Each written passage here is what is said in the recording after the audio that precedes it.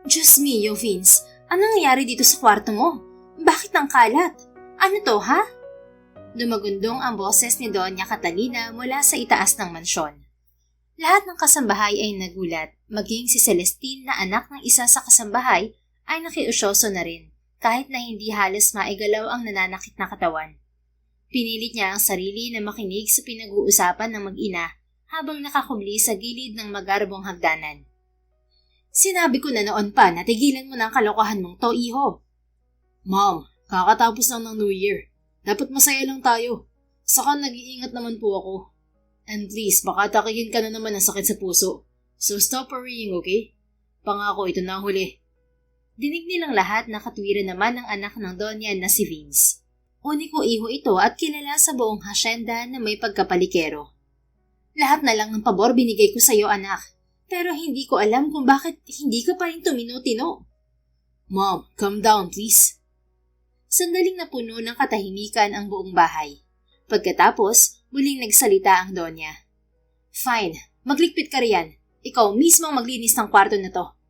Mag-empake ka na rin dahil bukas na bukas din aalis ka patungong Amerika para dun manirahan. Attorney will arrange your flight. Give me your US and Philippine passport.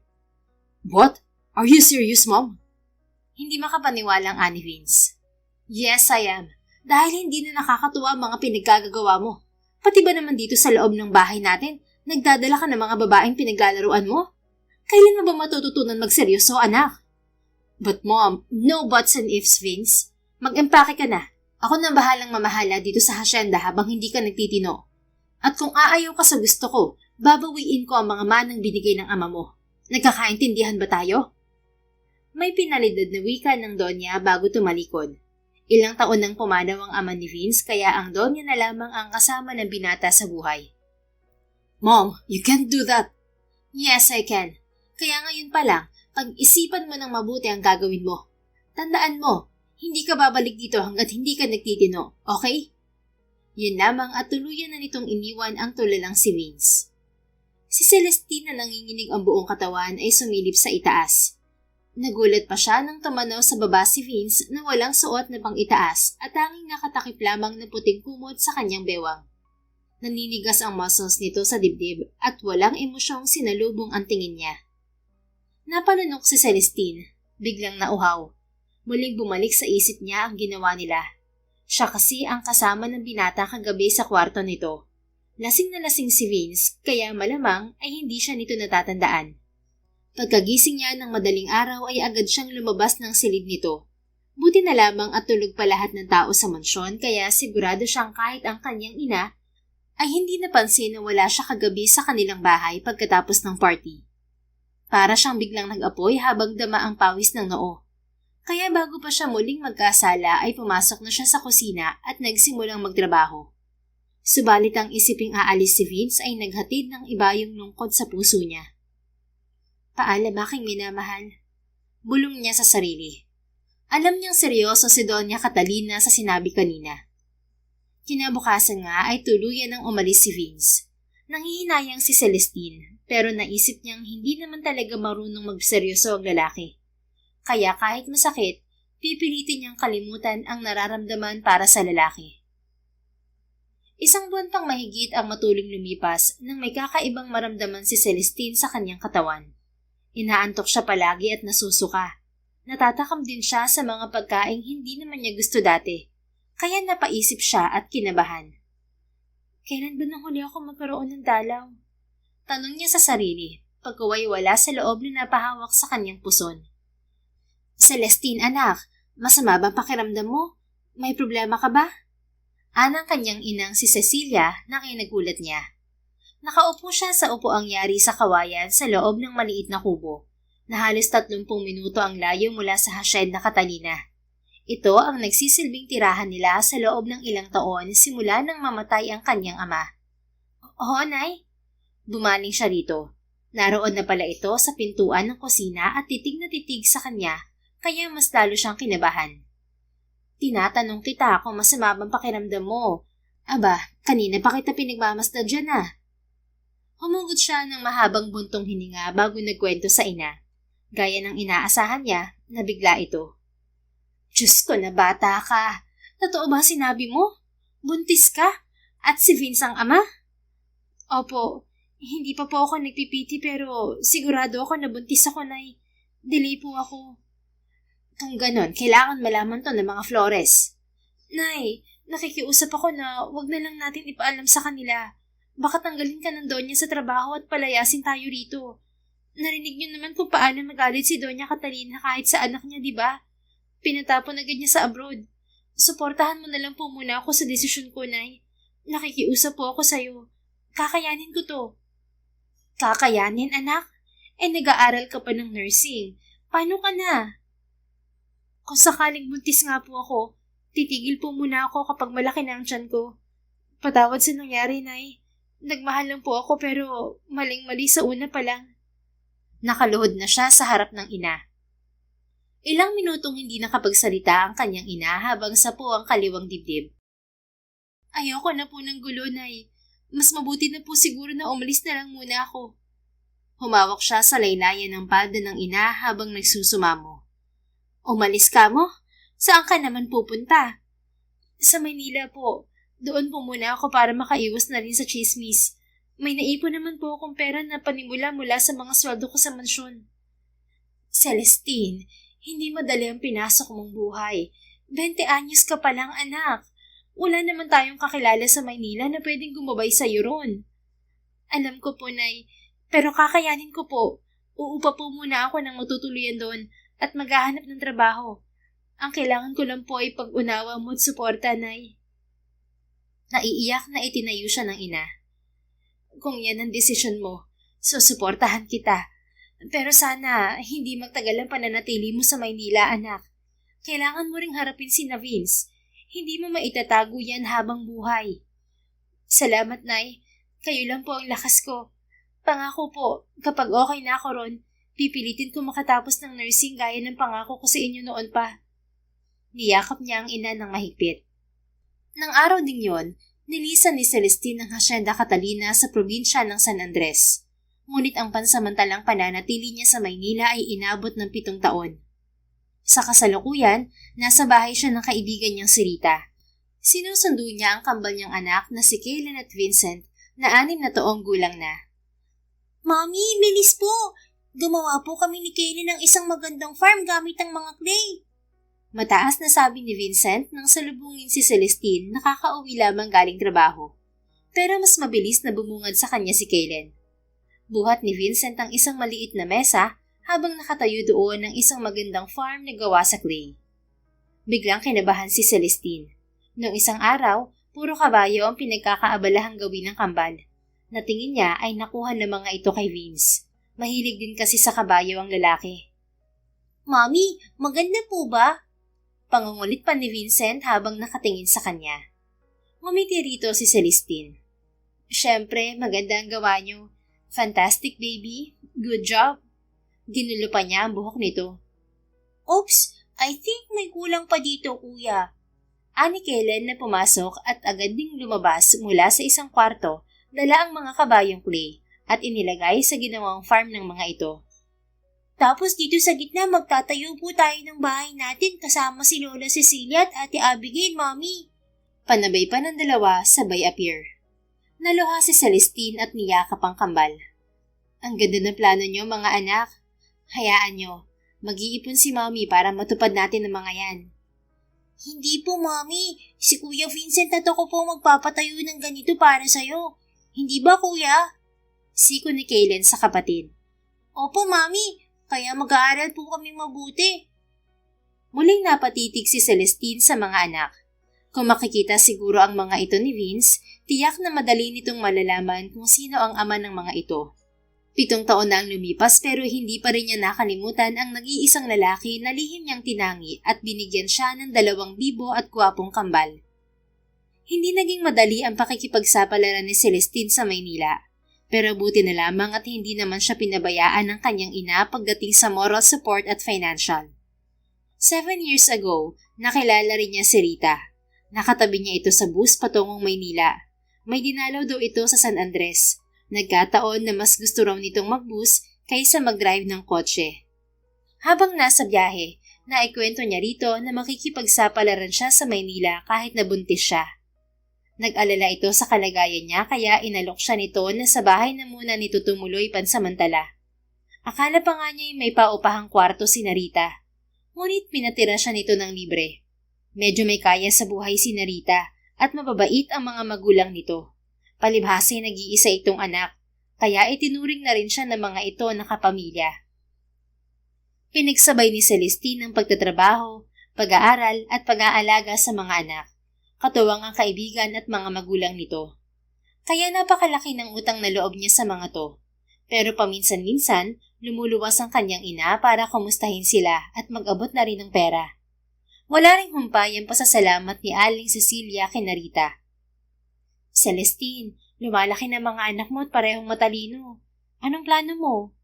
Bulong ni Rita nang lapitan siya nito mula sa kusina. Kahit na may asawa na ito ay tinutulungan pa rin siya ng kaibigan sa pagbabantay sa kanyang mga anak. Minsan nga'y nahihiya na rin siya sa mag-asawa. Pero ang kambal daw ang libangan ng mga ito habang hinihintay na biyayaan ang mga ito ng sariling anak. Minsan naman, nasa mga magulang ni Rita ang kambal dahil apo na rin ang turing ng mga ito sa dalawang bata. Oo nga mahinang sagot niya. Hindi mo pa ba sila ipapakilala sa kanilang ama? Aba, Frenny, hirap na rin ako magpaliwanag sa dalawang yan kung minsan, ha? Saka, iniintay rin ng inay mong plano mo. Alam mo naman na gustong-gusto na kayong makasama ni Tita Cecilia sa San Andres. Rita, paano ba magkaroon ng lakas ng loob? Maayos na kami ng mga anak ko. Ang iniisip ko kasi, paano kung may asawa na si Vince at may sarili ng pamilya? Paano rin ang galit ni Doña Catalina? Ayoko namang maranasan ng kambal na hindi kilalanin ng ama at ng isa pang lola nila. Ano ka ba, Frenny? Kapag nakita ni Doña Catalina ang mga anak mo, mahihimasmasan agad yun? Aba, hindi na biro ang 7 taon na pagtatago mo, Umaksyon ka na bago pa mahuli ang lahat. At saka, bakit hindi mo tanungin ng nanay mo kung may pamilya na yung Vince? Hindi ba kayo nag-uusap about him? Hindi Ayoko na rin kasing alamin. Minsan kasi, mas mabuti nang walang alam para hindi masaktan, di ba? Ang sabihin mo, naduduwag ka lang. Aba, 7 taon nang walang sustento ang rich kid na yon sa mga inaanak ko, Sinuswerte na siya. Sustento man lang sana, Frenny, ang i-push mo. Kita mo nga saktong-sakto lang sa inyong 3 lagi ang sweldo mo sa ospital. Buti na nga lang at tumutulong sa inyo si tita sa gastusin. Kaya ko pa naman, Rita. Hindi na nakasagot pa ang kaibigan dahil biglang sumulpot si Vincent sa tabi nila. Mami, pwede po bang uwi na tayo? Gutom na po ako Gutom ka ulit? Kakainin mo lang ng milk, Kuya Vincent Singit ni Kaylan. Gusto ko kasi ng kanin. Nagkatawanan na lang sila ni Rita. Siya, sige na, mauuna na kami, Frenny Paalam ni Celestine sa kaibigan. O siya, sige, ingat kayo. Mukhang nagutom nga ang mga bagets kakagawa ng dream house nila. Ani Rita. Oo, salamat ulit. Binalingan niya ang kambal. Mga anak, paalam na kayo sa ninang nyo. Bye, ninang! Duwit ng kambal na humalik pa kay Rita. Bye, cuties. Teka, di ba wala kayong pasok bukas at day out ng mami nyo? Wala ba kayong lakad? Pahabol na tanong pa ni Rita. Oh, we almost forgot. Pupunta daw po kami sa Luneta Park bukas, ninang. Sama ka po. Masayang ani Kaylan. Ganun ba? Hindi ako makakasama dyan dahil parating na ang ninong nyo, baby boys. Ha? Bala ko pa namang isama ka, Rita. Magluluto ako ng pagkain para madala natin doon. Wika naman ni Celestine. Sa susunod na lang, Frenny. Kayo muna mag-iina ang mag-bonding. O siya, sige. Tuloy na kami. Sige, ingat kayo. Inihatid pa sila ni Rita hanggang sa makasakay sila sa second-hand niyang kotse. Pinaglumaan yon ng mag-asawa na hinuhulog-hulugan ni Celestine sa mga ito. Ayaw pang ang tanggapin ng dalawa ang bayad niya, pero nahihiya naman siya. Marami na kasing nagawa ang mga ito para sa kanilang mag-iina. Pagdating sa bahay nila na inuupahan nila at 3 blocks lamang ang layo sa bahay ng kaibigan, nagulat siya nang may madat ng tao. Nay! Gulat niyang sambit nang makababa ng sasakyan at makita ang ina na nakatayo sa labas ng kanilang bahay. Katabi nito ang pinsan niyang dalaga. Anak! Agad siyang sinalubog ng kanyang ina ng mahigpit na yakap. Gumanti naman si Celestine na tila blanco pa rin ang isip. Anak, namiss kita. Anang kanyang ina nang pakawalan siya. Namiss ko rin po kayo. Anong ginagawa niyo rito, Nay? May nangyari ba? Bakit hindi man lang kayo tumawag para nasundo ko kayo? Sunod-sunod niyang tanong. Hi, Ate Celestine. Sabi naman ni Abigail. Pinsan niya ito at siyang pinag-iwanan niya sa kanyang ina noong umalis siya ng San Andres. Anak na rin ang turing ng kanyang ina dito. Hi, Abby. Kumusta kayo? Biglaan yata ang pagdalaw niyo. Bumaling siya sa ina. Sus na bata ka, namiss lang kita. Aba, napakadalang kong ang dumalaw sa'yo dito at ang sabi mo, ikaw na lang ang dadalaw sa akin dun sa atin. Abay, last year pa ang huling dalaw mo sa San Andres Talaga bang hindi ka na uuwi sa atin, Celestine? Teka, kumusta nga pala mga apo ko? Anang kanyang ina na may halong pagtatampo. Napabuntong hininga si Celestine. Tama naman ito dahil sa loob ng 7 taon, madalang siyang umuwi sa kanila. Kaya nagtatampo si Aling Cecilia. Nasa loob po ng sasakyan ng mga bata, Nay. May kinukuting-ting doon na laruan. Sagot niya. Nga pala, bakit biglaan ang bisita nyo? Tuwing katapusan ng buwan kayo dati pumupunta rito Check up kasi ni Doña Catalina, kaya nakisabay na kami anak. Ganun po ba? Pero parang noong nakaraang buwan, galing din siya sa St. Luke's, di ba, Nay? Kamusta pong lagay niya? Hindi maganda ang kondisyon ni Doña Catalina ngayon, anak. Ang hirap naman ng ganun. Sana gumaling agad siya. Maya-maya ay dumating na ang kambal. Hi Lola! Hi Ate Abigail! Panabay na bati ni Vincent at Kaylen. Napangiti na lamang siya nang yakapin ang mga ito ng kanyang ina. Ang laki niyo na mga apo ko. Namiss ko kayo. Namiss ka din po namin, Lola. Gumanti ng yakap ang kambal. Teka lang mga apo, hindi na ako makahinga sa higpit ng yakap niyo. Halong emosyon ang naramdaman niya dahil mula noon hanggang ngayon, nasa tabi niya ang ina at kakampi sa lahat ng naging desisyon niya. Walang panunumbat sa maling nagawa niya. Pumasok na tayo sa loob ng bahay, Nay. Maghahanda lang ako ng pagkain natin. O siya, sige, para naman makabanding ko ang mga apo ko dahil matagal na naman kami makakaluwas. At kapag maayos na ang kalagayan ni Doña Catalina, babalik na kami sa San Andres, anak. Tumango siya. Hindi po ba may doktor siya sa mansyon? Oo, pero sa ngayon madalas na siyang atakihin ng high blood niya. Kailangan siyang mabantayan ng maayos at hindi sapat na si Dr. Ramos lang. Si Dr. Ramos lang po ang nag-aasikasa sa kanya ngayon? Oo, anak. Napatitig sa kanya ang ina na para bang may gustong sabihin. Pagpasok nila sa loob ng bahay ay binaba lamang niya ang dala at pinalitan ng damit ang mga anak. Pagkatapos ay pinabantayan niya kay Abigail ang mga ito habang sila naman ng kanyang ina ay nasa kusina. Celestine, anak. Simula ng ina nang magkaharap silang nakaupo sa lamesa. Biglang namamlam ang mga tingin ng ina. May problema po ba tayo, Nay? May nararamdaman ho ba kayo? Nag-aalalang wika niya. Wala naman, anak. Alam ko matagal na panahon nakatago ang mga apo ko sa mga Flores. Panahon na siguro para malaman nila ang lahat. Lalo pa ngayon na seryoso ang sakit ni Doña Catalina. Panimula ng kanyang ina. Hindi nakasagot si Celestine. Daman niya sa tinig nito ang pagkadurog ng puso. Alam niyang ang sinasabi nito ay para sa ikatatahimik ng konsensya ng ina. Ilang sandaling napuno ng katahimikan ang buong kusina. Ang mabuti pa siguro umuwi ka na, anak. Ayusin natin to. Sabi pa ni Aling Cecilia. Nay, hindi po pwede. May trabaho na ako rito at maayos na kami ng mga bata. Isa pa, ayoko pong mag-ibang tingin ni Doña Catalina sa akin. Lalo po sa inyo. Mabait po siya, pero alam kong ikakasama niya rin ito ng loob dahil sa paglilihim natin sa kanya. Bumuntang hininga ang kanyang ina. Malalaman din nila ang lahat, lalo pat parang pinagbiyak na bunga ang kambal at si Vince. Saglit itong tumahimik bago nagtanong. Mahal mo pa ba ang batang yun, anak?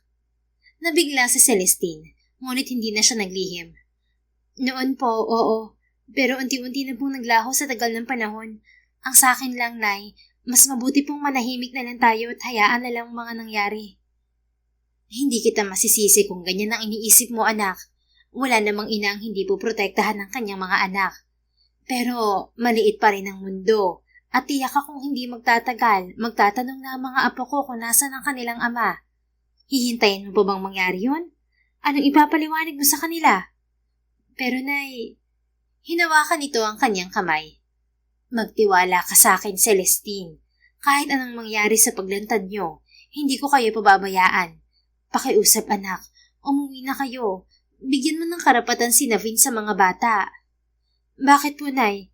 Umuwi na ba si Vince? Naroon man o wala siya, ang importante, malaman nila ang tungkol sa kambal. Pahina na ng pahina ang Donya. Sana naman wag mong ipagkait sa kambal ang katotohanan, anak. Sa loob ng 2 linggo ay walang araw na hindi kinukumbinsi ng ina sa text at tawag si Celestine kahit nakabalik na ang mga ito sa hasyenda.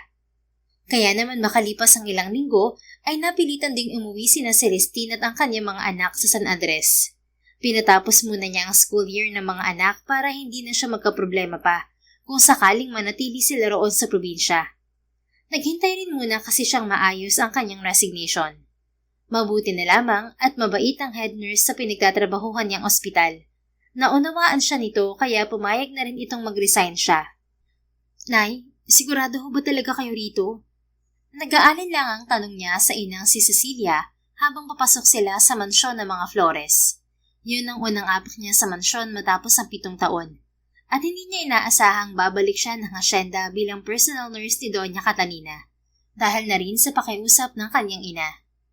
Mahina na ang Doña at naghahanap ng mag-aalaga rito kaya siya agad ang naisip ng ina na ipasok na ikinagalak daw ng matandang babae nang malaman na nurse na siya.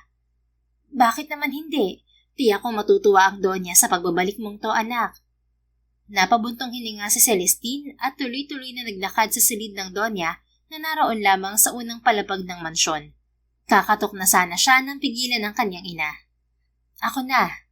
Anito bago kumatok. Doña Catalina? Mahinang tawag nito. Tuloy. Mahinang wika ng Doña mula sa loob. Dahan-dahang itinulak ng kanyang ina ang malapad na pinto. Nang bumukas yun, nakita nila ang may edad na babaeng nakahiga sa kama nito at nakatingin sa kanila. Malaki ang ipinagbago nito. Maputi na ang buhok nito at medyo pumayat. Kagyat itong napangiti nang makita sila. Celestine, ikaw na ba yan? Aba, mas lalo kang gumanda sa Maynila ah. Hindi nagkamali ang nanay mo na payagan kang umalis noon. Mahina pero masiglang wika ng Donya. Marahan ang mga hakbang na lumapit siya sa kinahihigaan nito. Habang nakasunod ang kanyang ina sa likuran niya. Opo, ako nga po ito. Pasensya na po kayo at biglaan ang pag-alis ko noon. Kiming wika niya. Sus, wala yun. Maigi nga ang nangyari. Kita mo ngayon, isa ka ng ganap na nurse. Siya nga pala, mabutit na kumbinsi ka ng iyong ina. Alam mo, mas gusto ko talaga na kilala ko na ang taong mag-aalaga sa akin. Mas panatag ang loob ko, iha. Sagot nito. Yun na nga rin ang sinasabi ko rito kay Celestine, Doña Catalina. Hindi rin naman ako mapapanatag kung ibang taong mag-aalaga sa inyo. Singit ng kanyang ina. Nako, salamat talaga, Cecilia. Salamat sa pag-aalala ninyong mag-ina. Anito at biglang naubo. Naging alerto naman si Celestine at agad itong inabutan ng tubig. Salamat, iha. Mahinang wika ng Donya pagkatapos makainom. Ang mabuti pa po, magpahinga muna kayo, Doña Catalina. Nakausap ko na rin po pala si Dr. Ramos kanina tungkol sa kondisyon mo. Ang kailangan mo nga raw po ay tamang pahinga para lumakas ka ulit. Anya, yun ang bilin sa kanyang ina ng doktor nang magkausap ang mga ito. Yan na nga ang gagawin ko dahil gusto ko pang makita ang mga apo ko kay Vince. Napalunok si Celestine at napatingin sa kanyang ina. Tumango naman ito sa kanya. Nga pala, Doña Mom? Putol ng tinig lalaki sa sasabihin ng kanyang ina. Nakilalang kilala ni Celestine. Mom? Nanlamig ang buong katawan niya nang marinig ang papalapit na mga yabag nito. Aba, mukhang napaaga yata ang pagbabalik ni Vince. Nakangiting wika ng Donya. Oo? Si Senyorito Vince po? Akala ko po ba nasa Amerika siya? Gulat na wika ni Celestine. Oo nga, pero alam mo namang mahina na ako. Kaya kailangan ko na siya rito para pamahalaan tong hasyenda. Last week pa siya nandito. Hindi ba naikwento ng nanay mo, iha?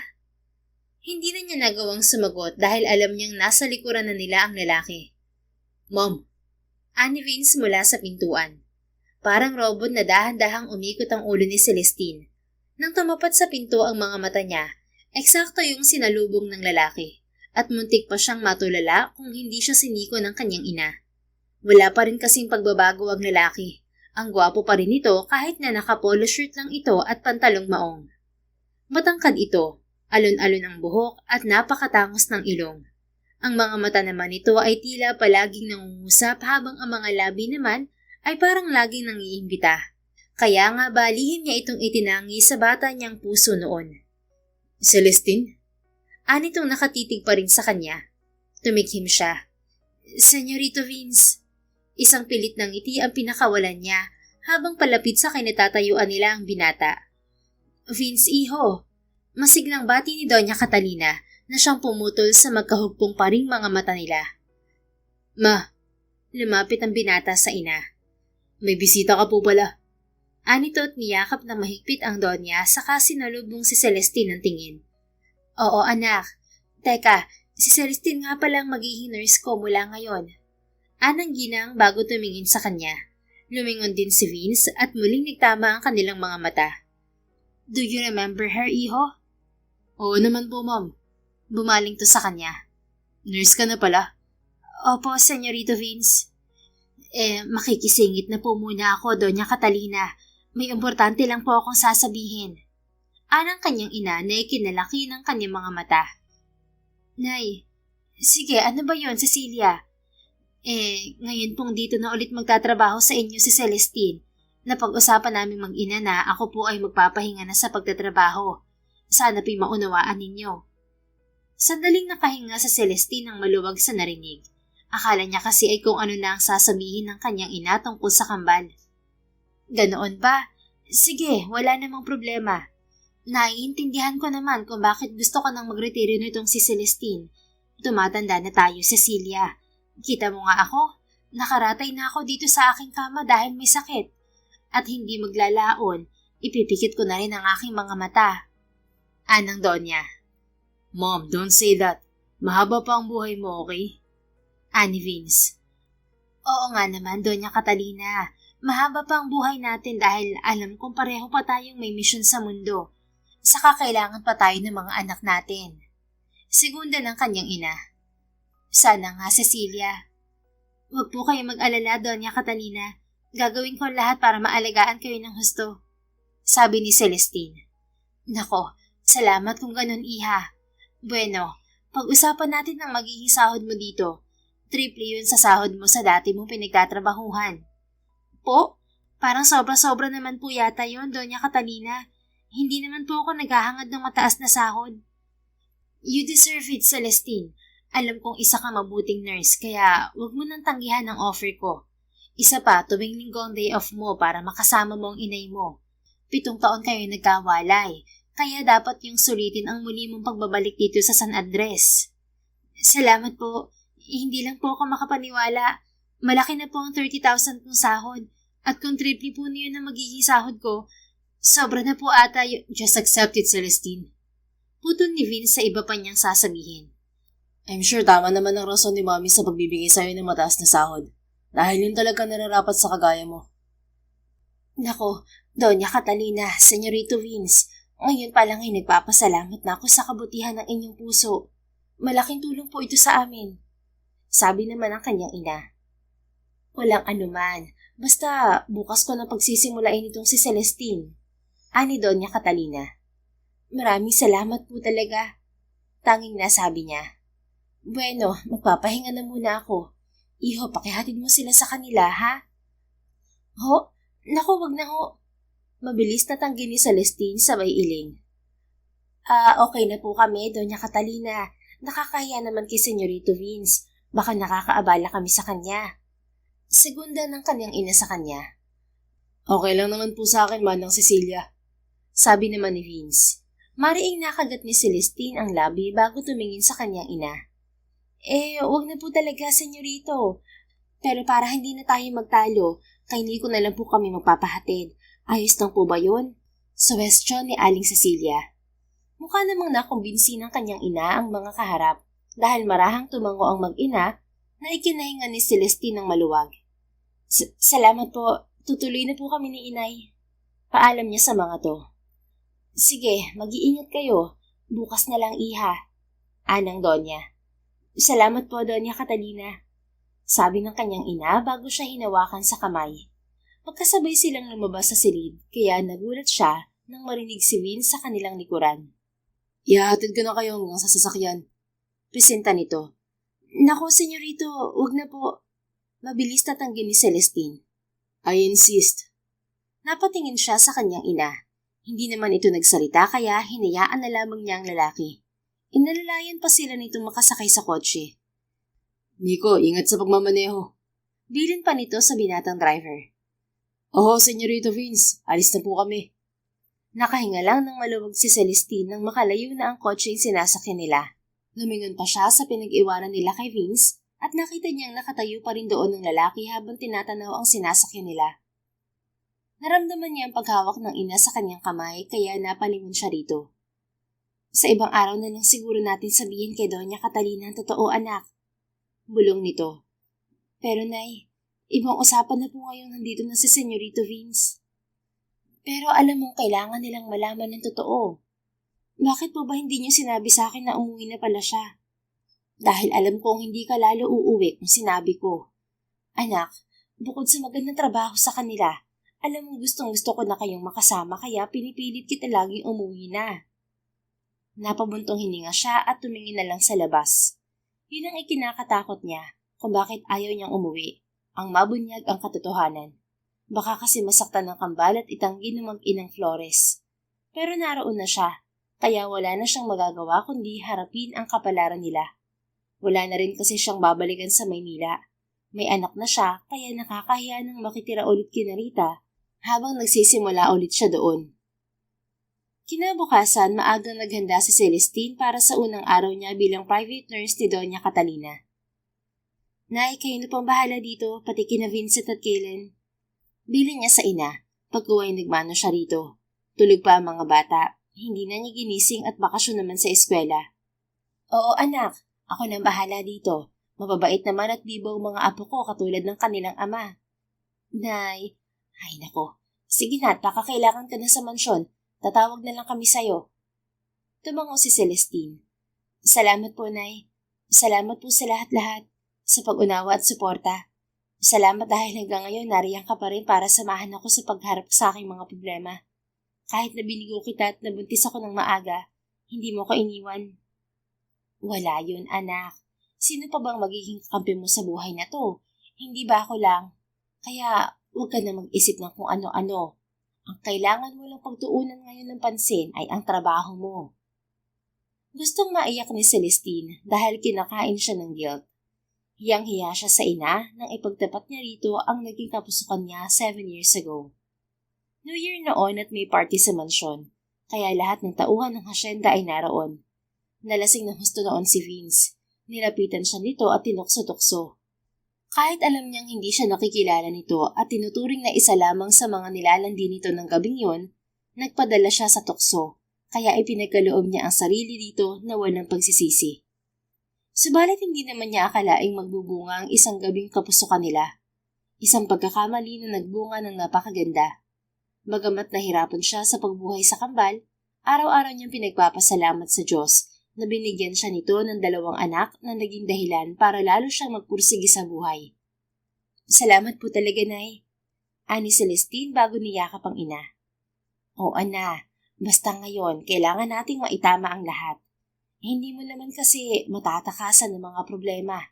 Kailangan mo itong harapin kahit na mapahiya ka pa o masaktan. Para na rin sa mga anak mo. Sagot ito habang tinatabik-tabik ang kanyang braso.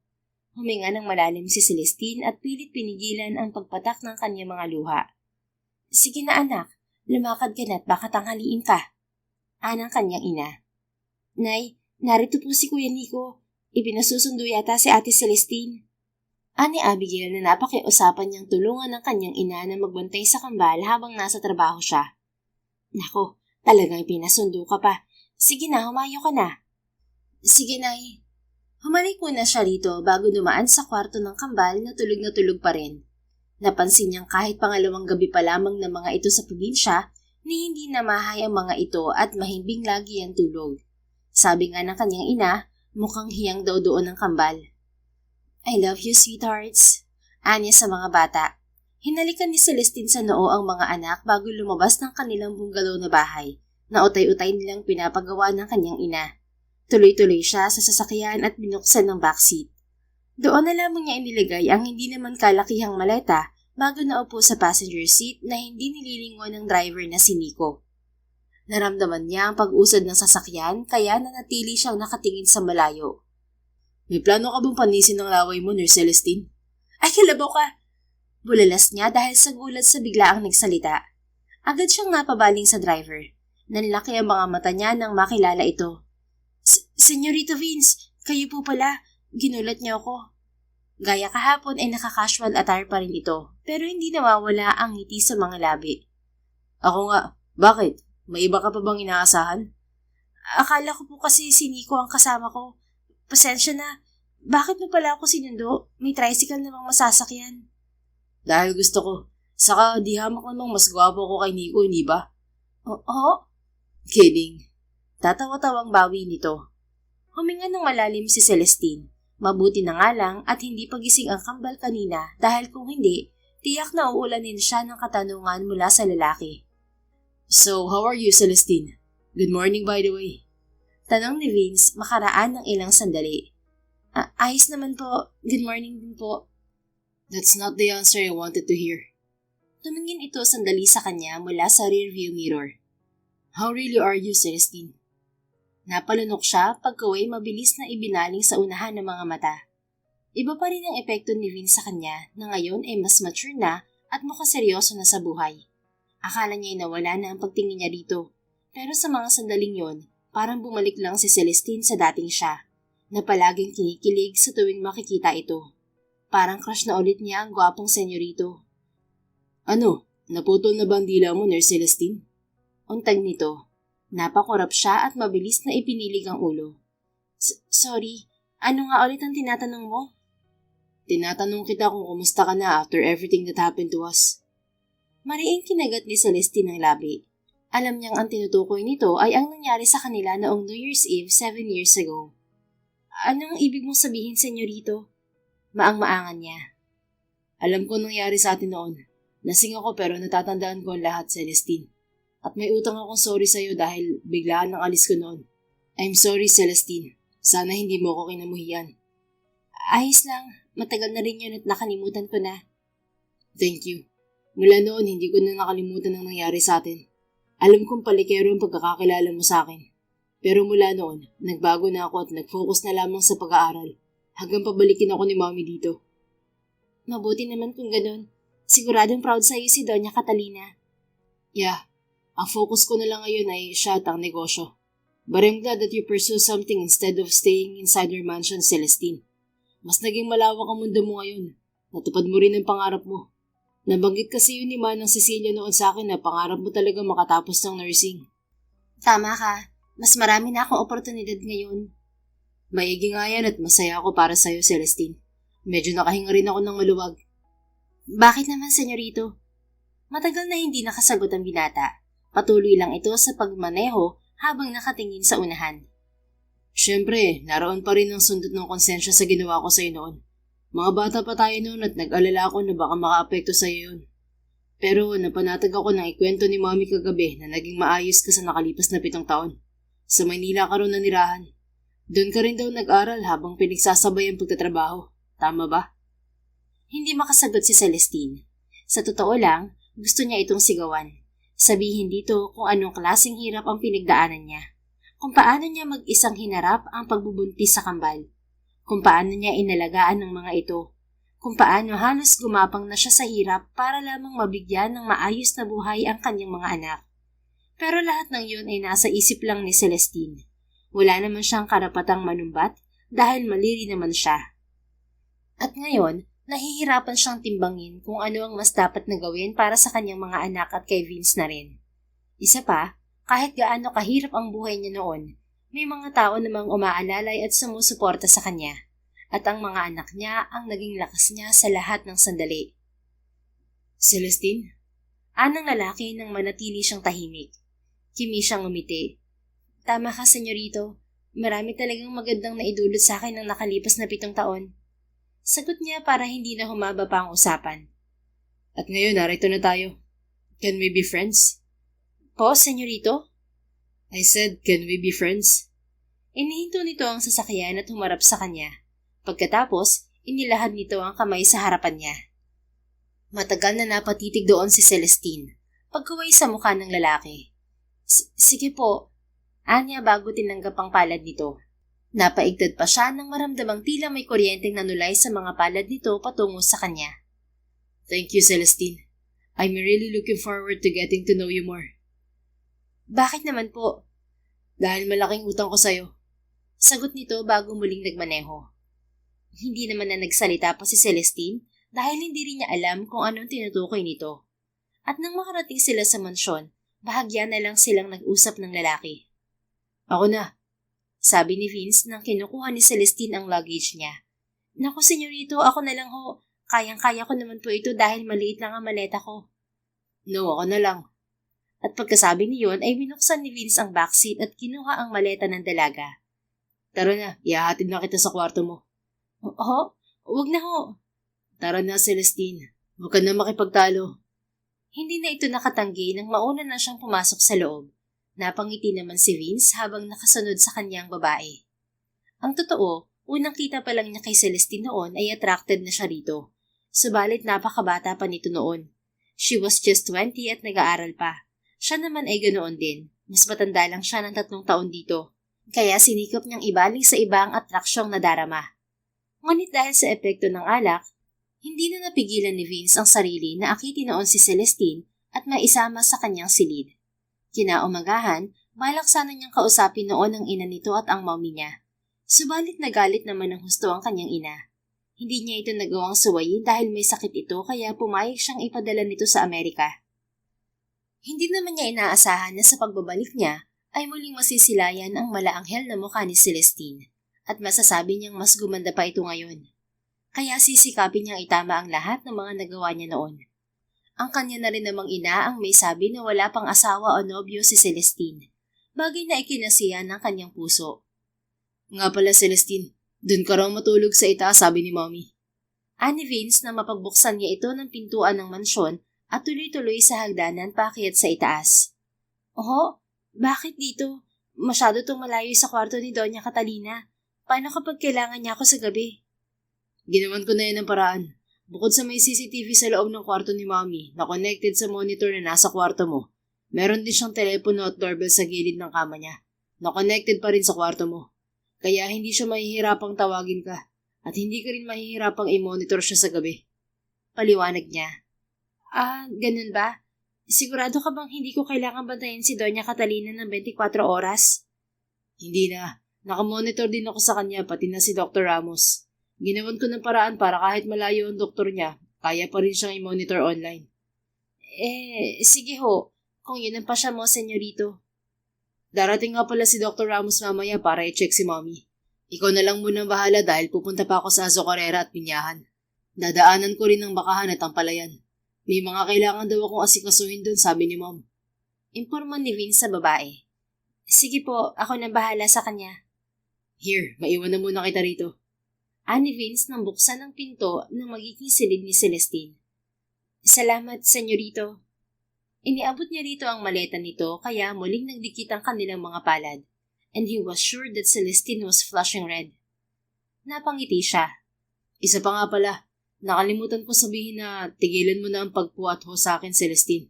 Iwasan mo na rin ang pagtawag sa akin ng senyorito. Vince na lang. Giit niya. Oh, hindi naman po pwede yun. Amo kita eh. Ganun ba? Di kapag tayo ng dalawa. But forget po and ho. Tama na sa akin ang senyorito kapag kaharap ang ibang tao. Sige, ikaw ang bahala. Okay, sige. Iwan na muna kita rito, Celestine, ha? Sige. Magaan ang mga hakbang na nilisan ni Vince ang mansyon, and he is looking forward to seeing Celestine every single day. Natitiyak niya, mas magiging masaya ang mga susunod niyang araw sa hasyenda ngayong naroon na ang dalaga. Desidido na siya. Ipupursige na niya ang lihim na pagtingin dito at itatama ang nagawa niyang pagkakamali rito noon. Huli man, pero pananagutan niya ang nangyari sa kanila 7 years ago. Yun ang matagal na niyang plano kahit noong nasa Amerika pa siya. Kailangan lang niyang kunin unti-unti ang loob nito na sinisimulan na nga niya. Madaling nagamay ni Celestine ang pag-aalaga kay Doña Catalina, lalo at hindi naman ito kagaya ng ibang may sakit na mareklamo. Masunurin ito at halatang gusto pa talagang gumaling at lumakas ang katawan. Good morning, Mom. Good morning, Celestine. Masiglang bati ni Vince nang nag-aalmusal na sila ng Donya. Mula noong naging nurse siya ng matanda, napansin niyang walang palya ang lalaki sa pagsabay sa kanila sa pagkain. Ang nasa isip niya, sinusulit siguro nito ang oras na nakakasama ang ina, lalo pat matagal itong nawala. Good morning, iho. Ani Doña Catalina na hinalikan pa ng lalaki sa noo. Good morning, senyorito. Bati naman ni Celestine at kiming ngumiti. Mukhang magandang gising mo, iho ah. Puna ng Donya nang paupo na si Vince. Araw-araw naman, Mom. Sagot nito sabay lingon sa kanya. Madali namang yumuko si Celestine para itago ang pamumula ng muka. Ganoon ba? Mabuti naman at na-enjoy mo ang pagbabalik mo dito sa hasyenda. Kumusta nga palang Aso Carrera at Pinyahan? Wala naman bang nagiging problema? O sisa ng ginang habang tahimik lang siyang nakikinig. Okay naman, Mom. Huwag niyo nang problemahin ang mga gawain dito sa hasyenda dahil ako nang bahala sa lahat ng yun. Ang asikasuhin na lang ninyo ay ang pagpapagaling. Siguro naman sinusunod niyo lahat ng sinasabi ni Dr. Ramos, hindi ba? Of course. Iniinom ko mga gamot ko sa tamang oras. At heto, kumakain ako ng mga masusustansyang pagkain. Good to hear that. At syempre, hindi naman maikakailang magaling na nurse itong si Celestine, iho. Tumingin sa kanyang mag-ina. Ngilitian naman niya ang mga ito. Masunurin naman po kayo kaya maayos ang takbo ng inyong gamutan, Doña Catalina. Siya nga pala, senyorito, check up ni Doña Catalina sa 1 linggo. Baling at imporma ni Celestine sa lalaki. Okay, ako nang sasama sa inyo. Diyan lang naman sa bayan, hindi ba? Oo, yun ang sabi ni Dr. Ramos nung nakaraan. Hindi raw siya makakapunta rito dahil may nakaschedule daw siyang operasyon sa araw na yon. Don't worry, ako nang bahala. Okay. Nagpatuloy sila sa pagkukwentuhan hanggang sa matapos silang kumain. Madali rin nagpaalam si Vince na dederecho sa Aso Carrera dahil may paani raw ng tubo sa araw na yon. Sila naman ni Doña Catalina ay nanatili muna sa may sala. Look at this photo, Celestine. Anang Doña habang hawak nito ang isang album at binubuklat yon. Tiningnan yun ni Celestine. Hindi niya mapigilang mapangiti nang makita kung sino ang naroon. This is my late husband, Vicente. Sabi pa ng Donya at itinuro ang family picture ng mga Flores. Maganda rin po pala siyang lalaki. May pinagmanahan pala si senyorito. Komento niya. Yes, halos lahat ay nakuha ni Vince sa kanyang ama, except sa pagiging palikero. Natawa si Celestine. Mukha naman pong nagbago na siya ngayon. Tingin ko rin nga. Siguro talaga nakaganda sa kanya ang paglayo noon. Tama lang po pala ang naging desisyon niyo noon, Doña Catalina. I know, pero kung babalik ako sa araw na yon, hindi ko na siguro siya paaalisin. Lumingon ito sa kanya. Maaliwalas pa rin ang mukha nito pero bakas na ang kaseryosohan. Biglang kinabahan si Celestine. Bakit naman po? Huminga to ng malalim. Para na itama ko agad ang lahat. Binitiwan ng Donya ang hawak nitong album at kinuha ang kanyang kamay. Mahigpit nito yung hinawakan na para bang umaabot ito roon ng lakas. Ano pong ibig niyo sabihin, Doña Catalina? About what happened that night, Celestine. Noong pinaalis ko ang anak ko.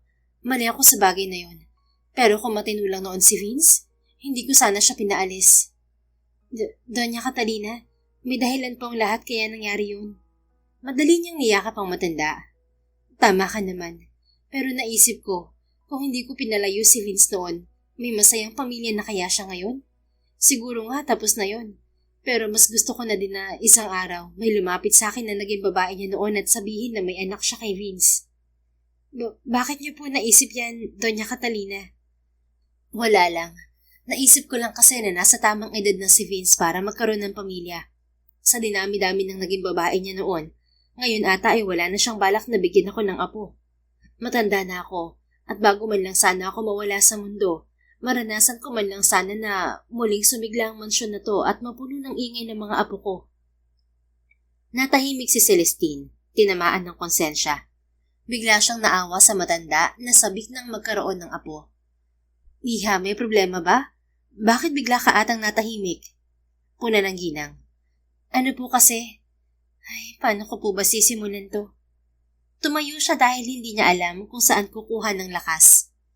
7 taon na po. Ngayon pa lang humihingi na ako ng tawad sa inyo, Doña Catalina. Nanginginig ang mga labi niya habang binibitiwan ng mga katagang yon. Anong ibig mong sabihin, Iha? Tell me, anong inihihingi mo ng tawad sa akin? Wala naman ako natatandaan na may ginawa ka sa akin noon. Anito sa mahinahong tinig. Noon ko pa po ito dapat na sinabi sa inyo. Natakot lang po talaga ako dahil baka lumala ang sakit nyo at baka magalit po kayo sa akin at palayasin si nanay dito sa hasyenda. Bakit ko naman gagawin yon? Tell me para maunawaan ko. Hinawakan nito ng mahigpit ang kamay ni Celestine.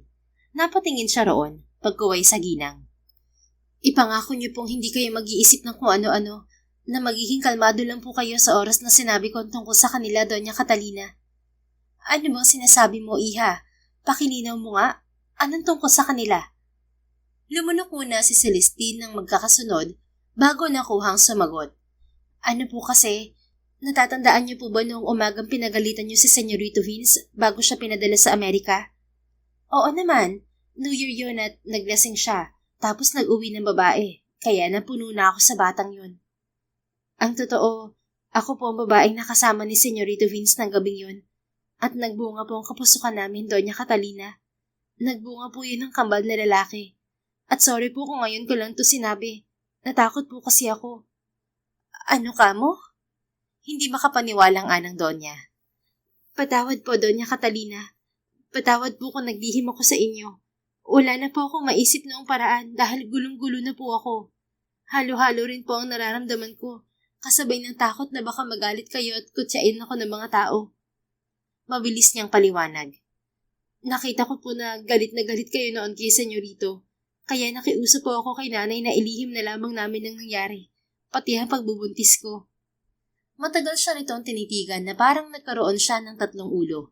Nag-alala naman siya kaya agad itong pinulsuhan. Doña Catalina, ayos lang po ba kayo? Tanong niya sa matanda. Ay, ito na nga ba sinasabi ko kaya natatakot ako na magtapat sa kanya. Bulong pa niya. I'm okay, Iha. I was just shocked for a moment, pero okay ako. And I do understand that you're scared back then. Pero Iha, pinayagan ka talaga ng iyong ina na mag-isa mong harapin ng lahat? Opo, dahil nagmakaawa ako sa kanya na huwag sabihin sa inyo ang totoo. Si nanay rin po ang dahilan kaya umuwi ako dito at nag-apply na maging nurse niyo. Pinayuhan niyo po akong sabihin na sa inyo ang totoo dahil lumalaki na ang kambal at may sakit po kayo. Oh, Iha. Maluhaluhang niyakap siya ng matanda. 7 years, Iha. You've carried all of this for 7 years. At hindi ko alam kung paano mo nagawang pagsabayin ng lahat. Hindi ko ma-imagine ang sitwasyon mo. Nabuntis ka tapos nagtatrabaho ka. At isipin pa lang na 2 dinadala mo sa tiyan noon. Napakahirap na. Napailing si Doña Catalina. Parang hindi ko kakayanin ang mga ginawa mo, Celestine. At natitiyak ko, labis-labis na nasaktan ng iyong ina dahil walang magulang ang gugustuhin magtiis at masaktan ng mga anak nila. Kaya Iha, huwag mong sisihin ang sarili mo dahil kung may nagkulang man dito, kami yun ni Vince. At kung may nais mong magalit dito, kayo yung mag-ina at hindi kami. Patawarin mo sana ako sa maling desisyon ko noon. Kung nalaman ko lang agad, pinakasal ko sana agad kayo ni Vince noon. Wala naman po kaming relasyon ni Senyorito. Sadya lamang pong pareho kaming natukso. Kahit na, nagsisisi pa rin ako na pinaalis ko noon si Vince. Ayos lang po, kinaya ko naman po ang lahat. Hindi ako pinabayaan ni nanay at nang naging kaibigan ko sa Manila. Tapos si Senyorito po nagkaroon ng direksyon ng buhay. Still, nagdusa ka pa rin at humarap mag-isa sa problema. Pero ngayon na narito ka na at ang mga apo ko, hayaan mong bumawi kami ni Vince sa inyo. What are their names, Iha? Mahinang tanong ni Doña Catalina, bakas ang pananabik sa kambal. Kellen and Vincent po.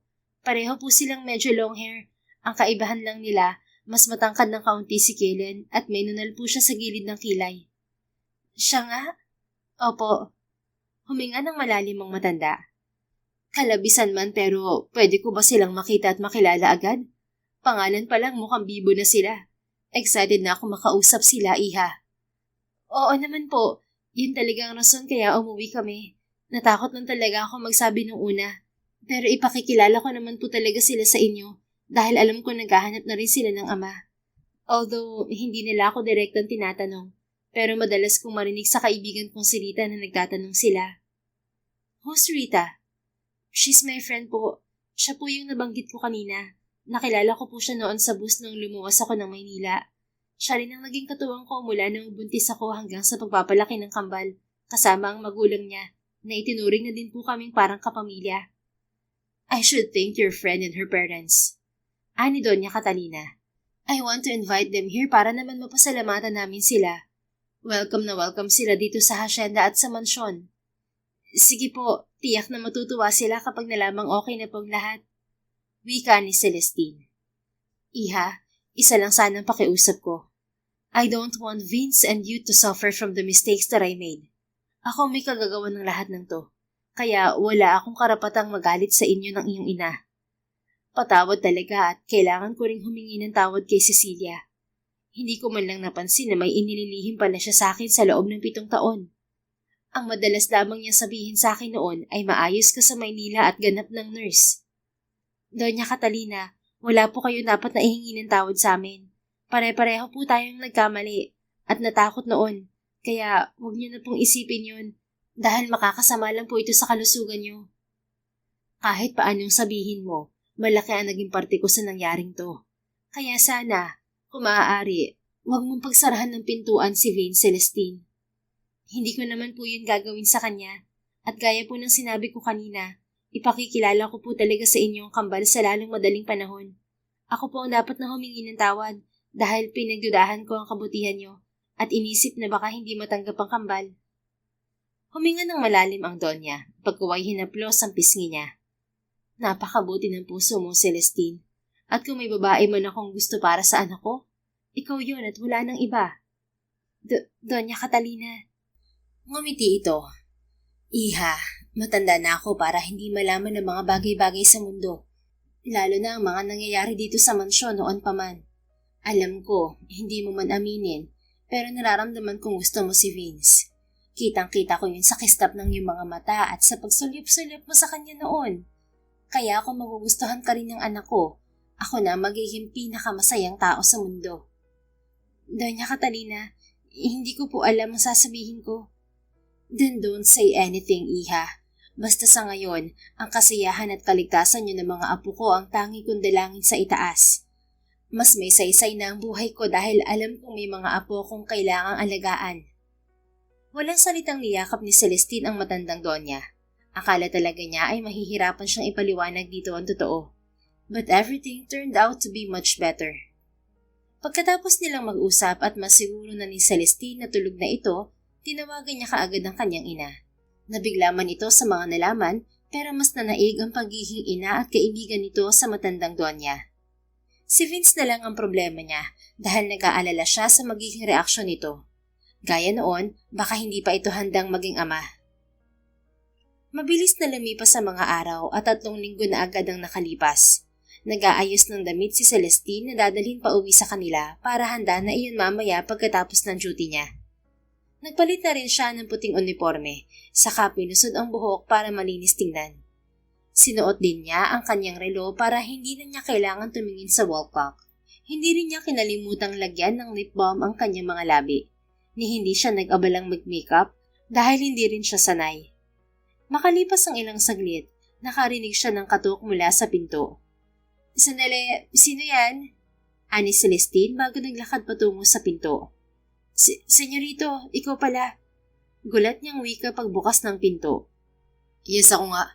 Ilang linggo ka na rin dito sa hacienda pero ngayon lang ulit tayo nagkita ng malapitan. Busy ka rin kasi. Lagi kang nasa Kamalig at Nyugan, tapos sa Azocarera at Minyahan. Napangiti siya ng pilit at mabilis na tumibok ang puso niya dahil sa tinging ibinibigay ng lalaki. Teka, bakit ka pala narito? May kailangan ka ba? Wala, pinapasundo ka lang ni Mom. Gusto raw niyang magpaaraw sa labas. Sige senyorito. Pasensya na at naabala ka pa sa pagtawag sa akin. Wala yon. This is my routine now. Ang i-monitor si Mommy at kung ano mga kailangan pa niya. Nakausap ko si Dr. Ramos. Ang sabi niya mabilis ang paglakas ni Mom. Maraming salamat, Celestine. Trabaho kong pagsilbihan siya dahil ito ang sinumpaan kong tungkulin sa Diyos at sa mga taong kailangan naming gamutin at alagaan. Umiwas na siya ng tingin dahil hindi niya masupil ang tibok ng kanyang puso. As you say so. Tara na. Yaya nito sa kanya na halatang nagtataka sa kilos niya. Sige. Nagpatiuna siya kay Vince dahil naiilang pa rin siya dito. Ang sabi sa akin ni Ma'am, napaka-dedicated mo raw sa trabaho at talagang may malasakit sa pasyente. Kaya hayaan mo, kapag tuluyan siyang gumaling, kakausapin ko si Dr. Ramos para maipasok ka sa public hospital dito sa atin. Para naman mas magamit mo na pag-aralan mo. O kaya magtayo tayo ng klinik. Napatigil siya sa paglalakad at humarap sa lalaki. Senyorito, maganda naman ang nais mo pero maayos na ako. Pero gusto kong tumulong, Celestine. Malaking tulong na ang sahod na ibinibigay ni Doña Catalina sa akin. Napabuntong hininga ito. Ayaw niyang masyadong ma-attach sa lalaki dahil baka kung saan na naman siya dalhin ng bugso ng damdamin niya, lalo pat hindi naman yun nawawala. Nagkubli lang sa kasulok-sulukang parte ng kanyang puso. Pag-isipan mo, Celestine. Sabi pa nito bago huminto. Nasa tapat na pala sila ng kwarto ng Donya. Salamat, senyorito. Papasok ka ba sa loob? Hindi na. Babalik ako sa bukid. Patapos na rin ang anihan ngayon, kaya simula bukas lagi na tayong magkikita. Muling tumibok ng mabilis ang puso ni Celestine. Ang simpleng salita ng lalaki ay malaki ang epekto sa kanya. He truly matured. Ang Vince na pilyo kung umiti noon at laging masigla at mapaglaro ay wala na. Sige, papasok na ako. Paalam niya sabay talikod. Celestine. Mahinang tawag ng lalaki. Napapikit siya dahil hindi pa kumakalma ang lakas ng tibok ng puso niya. Dahan-dahan siyang lumingon dito. Senyorito, may kailangan ka pa ba? Tumikim ito at lumapit sa kanya. Hinawakan siya nito sa braso na ikinabigla niya. Wala naman. Mauna na ako. See you later. At walang lingong umalis ang lalaki. Siya naman ay nanatiling nakatitig lang sa kawalan. Celestine, ikaw na ba yan? Boses ni Doña Catalina ang pumukaw sa malalim niyang iniisip. Opo, Doña Catalina. Magandang umaga po. Anya pagbukas ng pinto. Nakaupo na ito sa kama at mukhang maganda ang gising. Magandang umaga din, Iha. Pasensya na po kayo at hindi agad ako nakababa. Ayos lang yun. Gusto niyo raw pong magpaaraw? Oo, sana. Sige po, kunin ko po muna ang vital signs niyo. Saka kayo lilinisan at papalitan ng damit. Inasikasa muna ni Celestine ang matanda. Nang makabihis na ito, isinakay niya ito sa wheelchair at lumabas na sila sa may garden. Iha, kwentuhan mo naman ako. Magiliw nitong wika. Sige po, ano po bang kwento ang gusto niyong marinig? Siyempre tungkol sa mga apo ko. Napangiti siya. Ang mainam po siguro, tawagan natin sila. Gusto niyo po ba yon? Pero hindi kaya sila mabigla? Napaisip si Celestine. Sabihin na lang po natin na kaibigan po namin kayo ni nanay. Okay lang po ba yon? Hindi ko pa po kasi nasasabi sa kanila ang totoo. Oo naman, Iha. Ayos na ayos sa akin yan. Nauunawaan ko naman na mas gusto mong harapang sabihin sa kanila ang totoo. Sige po. Inilabas ni Celestine ang kanyang cellphone at tumawag kay Abigail through video call. Agad namang sumagot ang pinsan. O ate, napatawag ka? Tanong nito sa kabilang linya. Gising na ba ang kambal, Abby? Oo ate, kumakain. Tita Abby, is that mommy? Anong tinig ni Kaylen? Napatingin siya kay Doña Catalina na biglang nangislap ang mga mata. Oo, mukhang kakausapin kayo. Hali kayo. Akin na po. Unang sumilip sa camera si Vincent. Hi, sweetie. Where's Kaylen? Magiliw na anya sa anak. Here po, mommy. Sumilip din to, nakangiti. Napangiti rin si Celestine. Kumusta naman kayo? Hindi ba kayo pasaway kay Lola at Ate Abby? Hindi naman po, mommy. Sabay na sagot ng mga to. Behave po kami kaya lagi kaming may masarap na merienda. Ani Vincent. Ang sabihin mo, matakaw ka talaga. Tudyo ni Kaylen sa kakambal. Natawa siya bago tumingin kay Doña Catalina na kitang-kita ang pagkasabik sa muka. Ay, by the way, may papakilala pala ako sa inyo. She's a friend of Lola Cecilia. Kaylen, Vincent, this is Lola Catalina. Siya ang inaalagaan ni Mommy dito sa mansyon. Pakilala ni Celestine sa tatlo. Hello po, Lola Catalina. It's nice meeting you po. Sabay na sabi ng dalawa. Lola, pagaling po kayo kasi hindi po maganda may sakit. Di ba, Kaylen? Ani Vincent. Opo nga, but I'm sure Mommy always takes care of Lola Catalina. Magaling kaya mag-alaga si Mommy. Sagot ni Kaylen. Hindi agad nakaimik ang Donya. Nakita niyang sunod-sunod na pumatak ang mga luha nito kaya madali siyang napatayo. Ayos lang po ba kayo, Donya Catalina? Tanong ni Celestine. Oo, iha. Ayos lang ako. Pinahid nito ang luha at nakangiting tumingin sa hawak niyang cellphone. Hello mga apo, ang cute-cute niyo naman at ang bibibo. Nakangiting wika nito sa kambal na ikanahinga ni Celestine ng maluwag. Opo naman po, Lola. Dami nga po namin laging stars nung napasok pa kami sa school eh. Di ba po, Mami? Ani Kaylen. Opo, kaya very good kayo lagi noon. Sagot ni Celestine. Kasi paglaki po namin, magtatayo kami ng farm at bibili ng maraming horse. Sabi naman ni Vincent. Natawa ang Donya. Talaga ba? So you like horses, apo? Opo. Napailing na lang si Celestine habang pinakikinggan ng tatlo. Kitang-kita sa mukha ng Donya ang hindi matatawarang kasiyahan. Bigla rin itong bumata dahil hindi nawawala ang ngiti at sigla. Nagpatuloy sa pag-uusap ang tatlo hanggang siya na mismo ang umawat sa mga ito. Tuwang-tuwang nagpasalamat naman sa kanya si Donya Catalina. Bigla raw itong lumakas at lalong nasabik na makita sa personal ang kambal. Kinahaponan, nag-turn over muna si Celestine kay Dr. Ramos ng mga ginawa niya kahit araw-araw niya itong nakakausap online. Hindi pa ito katandaan, kaya kapag wala siya, ito ang nakatok ang magbantay sa matandang Donya. Pagkatapos, nagpaalam na siya kay Donya Catalina.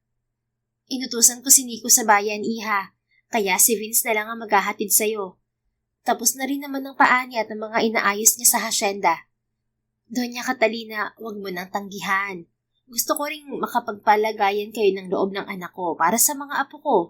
But don't get me wrong, iha. Hindi ko naman ipipilit ang isang bagay na alam kong hindi po pwede. Napabuntong hininga na lang si Celestine at hindi na sumagot. Alam naman niyang hindi siya mananalo sa matanda. Sa labas na niya hinintay ang pagdating ni Vince. May nakita siya roong parating na sasakyan kaya naisip niyang makikisabay na lamang siya dito. Hindi naman siguro siya pagagalitan ni Donya Catalina. Sumilip siya sa may gate. Hindi pa siya nakontento at tumingkayad nang biglang may magsalitang lalaki sa kanyang likuran. Anong tinatanaw mo dyan? Ay, kabayo! Napalingon si Celestine. Bumungad sa kanya si Vince na nakasakay sa isang itim na kabayo. Bagay talaga itong maging hasyendero, sa kisig at ganda ng katawan, kaya hindi mapigilan ng iba na hangaan ng lalaki. Kabilang na siya. Kabayo nga, dahil dito tayo sasakay para mas mabilis makarating sa inyo. Ha? Hindi ako marunong sumakay sa kabayo. Ayoko, mag-aabang na lang ako ng tricycle sa labas. Anya sabay talikod. Celestine! Tawag ng lalaki. Hindi niya ito pinansin. Celestine, hindi kita ipapahamak, okay? Salamat na lang pero takot talaga ako sumakay sa kabayo. Napasigaw siya nang may dalawang kamay na humila sa kanya pataas. Sa isang iglap lang, nasa ibabaw na siya ng kabayo habang ang dalawang braso ng lalaki ay nakapulupot sa bewang niya. Nasa likuran niya ito. Humawa ka ng mahigpit sa tali kung ayaw mong mahulog. Di bali sana kung sa akin ka mahuhulog. Hirit pa nito. Ano ba sinasabi mo? Bitiwan mo nga ako. Kakawala na sana si Celestine sa pagkakayakap nito pero mabilis nitong pinatakbo ang kabayo matapos ikarga ang bag niya sa unahan niya. Oh my God! Oh my God! Mariin siyang napapikit kasabay ng pagtawag sa lahat ng santong kilala niya. Pero para namang baliwala yun sa lalaki at binilisan pa ang pagpapatakbo. Vince! Sigaw niya na tinangay lang ng malakas na hangin. Ihinto mo na! Bababa na ako! Ano ba? No, hindi ka bababa. Kumapit ka lang na maigi, okay? Mariing sagot nito. Mahigpit siyang napakapit sa tali at ang isang kamay niya ay nasa braso nito. Dama niya ang malakas na kabog ng kanyang dibdib. Hanggang sa maramdaman na rin niya ang init na nagmumula sa katawan ng lalaki. Para yung gamot na unti-unting nagpakalma sa kanya. Hanggang sa dahan-dahan niyang iminulat ang mga mata. Hindi napigilan ni Celestine ang mapangiti sa nakikitang lunti ang paligid at asul na kalangitan. Malayo na sila sa mansyon at imbis na sa kalsada dumaan, lumiko sila sa isang madamong bahagi pero halatang dati ring daanan na matagal nang hindi ginagamit. Saan tayo pupunta? Saan patungo ang daang to, senyorito? Hindi na nakatiis na tanong niya. How many times do I have to tell you na Vince lang ang itawag mo sa akin? Kapag tayong dalawa lang ang magkasama. Okay, Vince. Pero anong lugar nga ito? Habang nasa gubat sila ay unti-unting nakita ni Celestine ang ganda ng paligid. Tuwid na tuwid ang mga punong kahoy at maraming ligaw na bulaklak. Medyo palubog na ang araw kaya mas tumambad sa kanya ang ganda ng burol. Ilang saglit pa, bumagal ang takbo ng kabayo, hanggang sa tumigil ito at bumaba sila. Itinali ng lalaki ang kabayo sa isang puno at inalalayan siyang umakyat sa tuktok ng burol. Welcome to my secret place. Anito. Wow, ang ganda. Bakit ngayon ko lang ito nakita? Tanong ni Celestine habang mangha sa nakikitang ganda ng paligid. Kasi nga secret place ko to, at ikaw pa lang ang naisama ko rito. Napalingon siya dito. Bakas sa muka ang hindi matatawarang kilig. Talaga? Yes. Kaya nga kabayo ang sinakay natin. Kasi gusto ko masaksihan mo ang tanawin to. Nakaka-relax, hindi ba? Oo. Ang sarap din ng simoy ng hangin. Iba talaga kapag probinsya. You're right. Nakakalimot ako sa mga problema kapag naririto ako. Problema? Meron ka din pala nun, Vince? Of course. Ano naman palagay mo sa akin? Manhid at immortal? Natawa si Celestine. Sandali rin niyang nakalimutan ng mga iniisip. Hindi naman sa ganoon. Ang imposible lang kasi. Hindi imposible ang sinabi ko dahil lahat naman nagkakaroon ng problema. Kahit nga AI, nagkakaproblema rin. May maintenance din sila. Ang mga immortal, problema din nila kung paano mamatay. Tama ka naman. Ani Celestine at tumanaw sa papalubog na araw. Sinasabayan yon ng mga ibong nagliliparan sa paligid. Ilang saglit din siyang nakatingin sa araw nang mapansing nakatitig sa kanya si Vince. May dumi ba ako sa mukha, Vince? Umiling ito at ngumiti. Wala naman. Naisip ko lang kung nagbunga sigurong nangyari ng gabing yun. Baka malalaki na ang mga anak natin. Naubo ng malakas si Celestine. Madali naman siyang dinaluhan ng lalaki. Okay ka lang? Tanong nito. Hindi, okay. Inis niyang sagot. Pulang-pula na siya at bigla ring sumakit ang kanyang lalamunan. Pasensya ka na. Naisip ko lang naman ang bagay na yun. Saka pasensya na rin sa kapangahasan ko noon, Celestine. Alam ko, hindi sapat ang paghingi ng pasensya para mapatawad mo ako. Huminga siya ng malalim. Ilang beses ka nang humingi ng tawad, Vince. Tapos na yon, kaya mag-move on na tayo. Isa pa, may kasalanan din naman ako. At tulad ng sinabi ko, may kani-kanya na tayong buhay ngayon na dapat unahin. Tama ka naman. Pero gusto ko pa rin makilala ka gaya ng sabi ko nung sunduin kita sa inyo. Alam ko kasing marami nang nagbago sa'yo sa mga nakalipas na taon.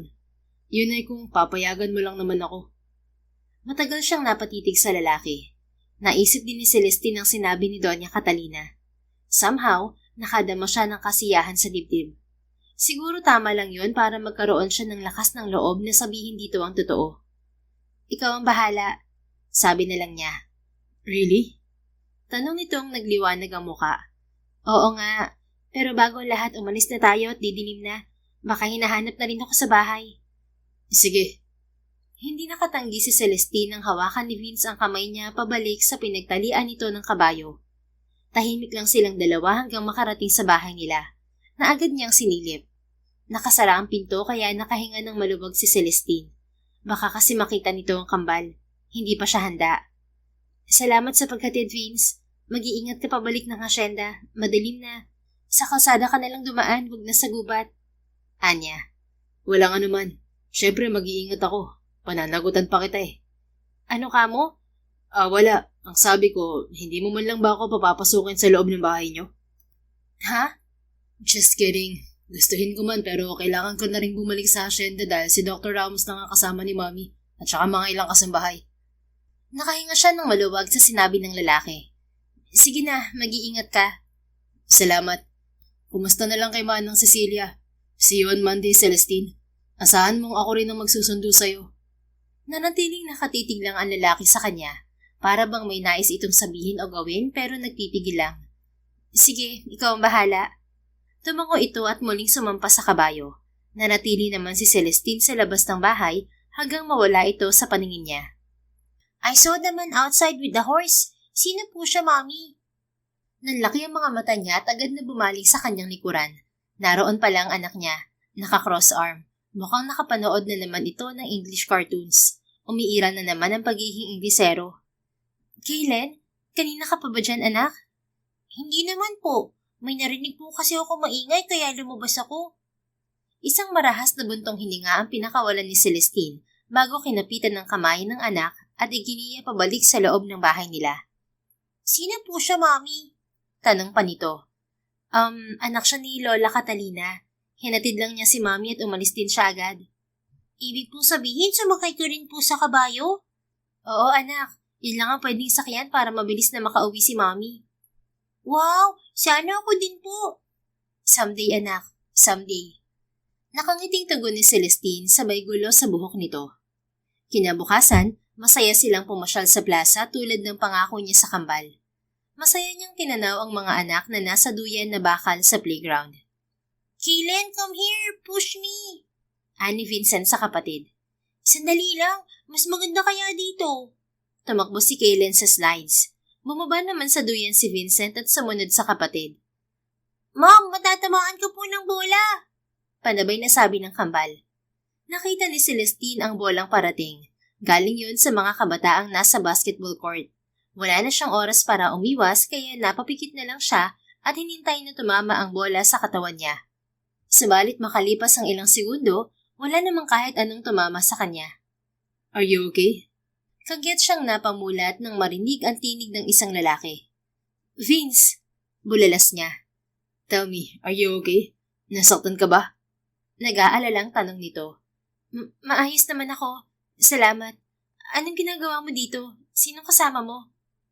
Relax. Namiss lang kita kaya ako narito. Nakangiti sagot nito. Napakunot ang noo niya at tumitig sa lalaki dahil ito na naman ang puso niyang hindi mapakali. Alam ko nagbibiro ka lang sa bagay na yan at wala talaga akong panahon makipagbiroan sa'yo, Vince. Salamat sa ginawa mo pero umalis ka na. Pinilit iwasan ni Celestine ang lalaki pero nakita niyang papalapit na ang mga anak niya. Mommy, ayos lang po kayo? Tanong ng mga ito na hinawakan ng braso niya. Kinakabahang tumingin si Celestine kay Vince na noon ay nakakunot na ang noo habang nakatitig sa kambal. Kaylen, muntik na siyang matamaan ng bola. Ani Vincent sabay baling kay Vince. Sir, salamat po sa pagsalo ng bola for Mommy. Oo nga po. Segunda ni Kaylen. Salamat po sa... Natigilan ang bata nang makita ang mukha ni Vince. Kaylen, nakikita mo ba ang nakikita ko? Nalalaki ang mga matang ani Vincent. Oo, bakit kamukha natin siya? Celestine, anong ibig sabihin nito? Tanong ni Vince sa mahinang tinig. Nakita niyang halo-halo na ang emosyong nakalarawan sa mukha nito. Mukhang nahulaan na ang nangyayari.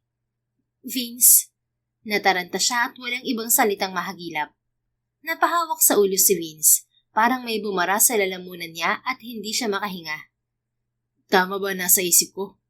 Ang laki kong gago. Nanginginig at mahina niyang wika bago tumalikod. Pilit niyang ikinalma ang sarili dahil alam niyang nakatingin ang dalawang bata sa kanya. Okay lang po ba kayo, sir? Narinig niyang tanong ng isa sa mga bata. Hindi nagsalita si Celestine kaya dahan-dahang humarap sa mag-iina si Vince. Nagsalubong ang mga mata nila ni Celestine na tumutulo na ang luha. Kahit na wala itong sinasabi, marahan siyang naglakad patungo sa kambal.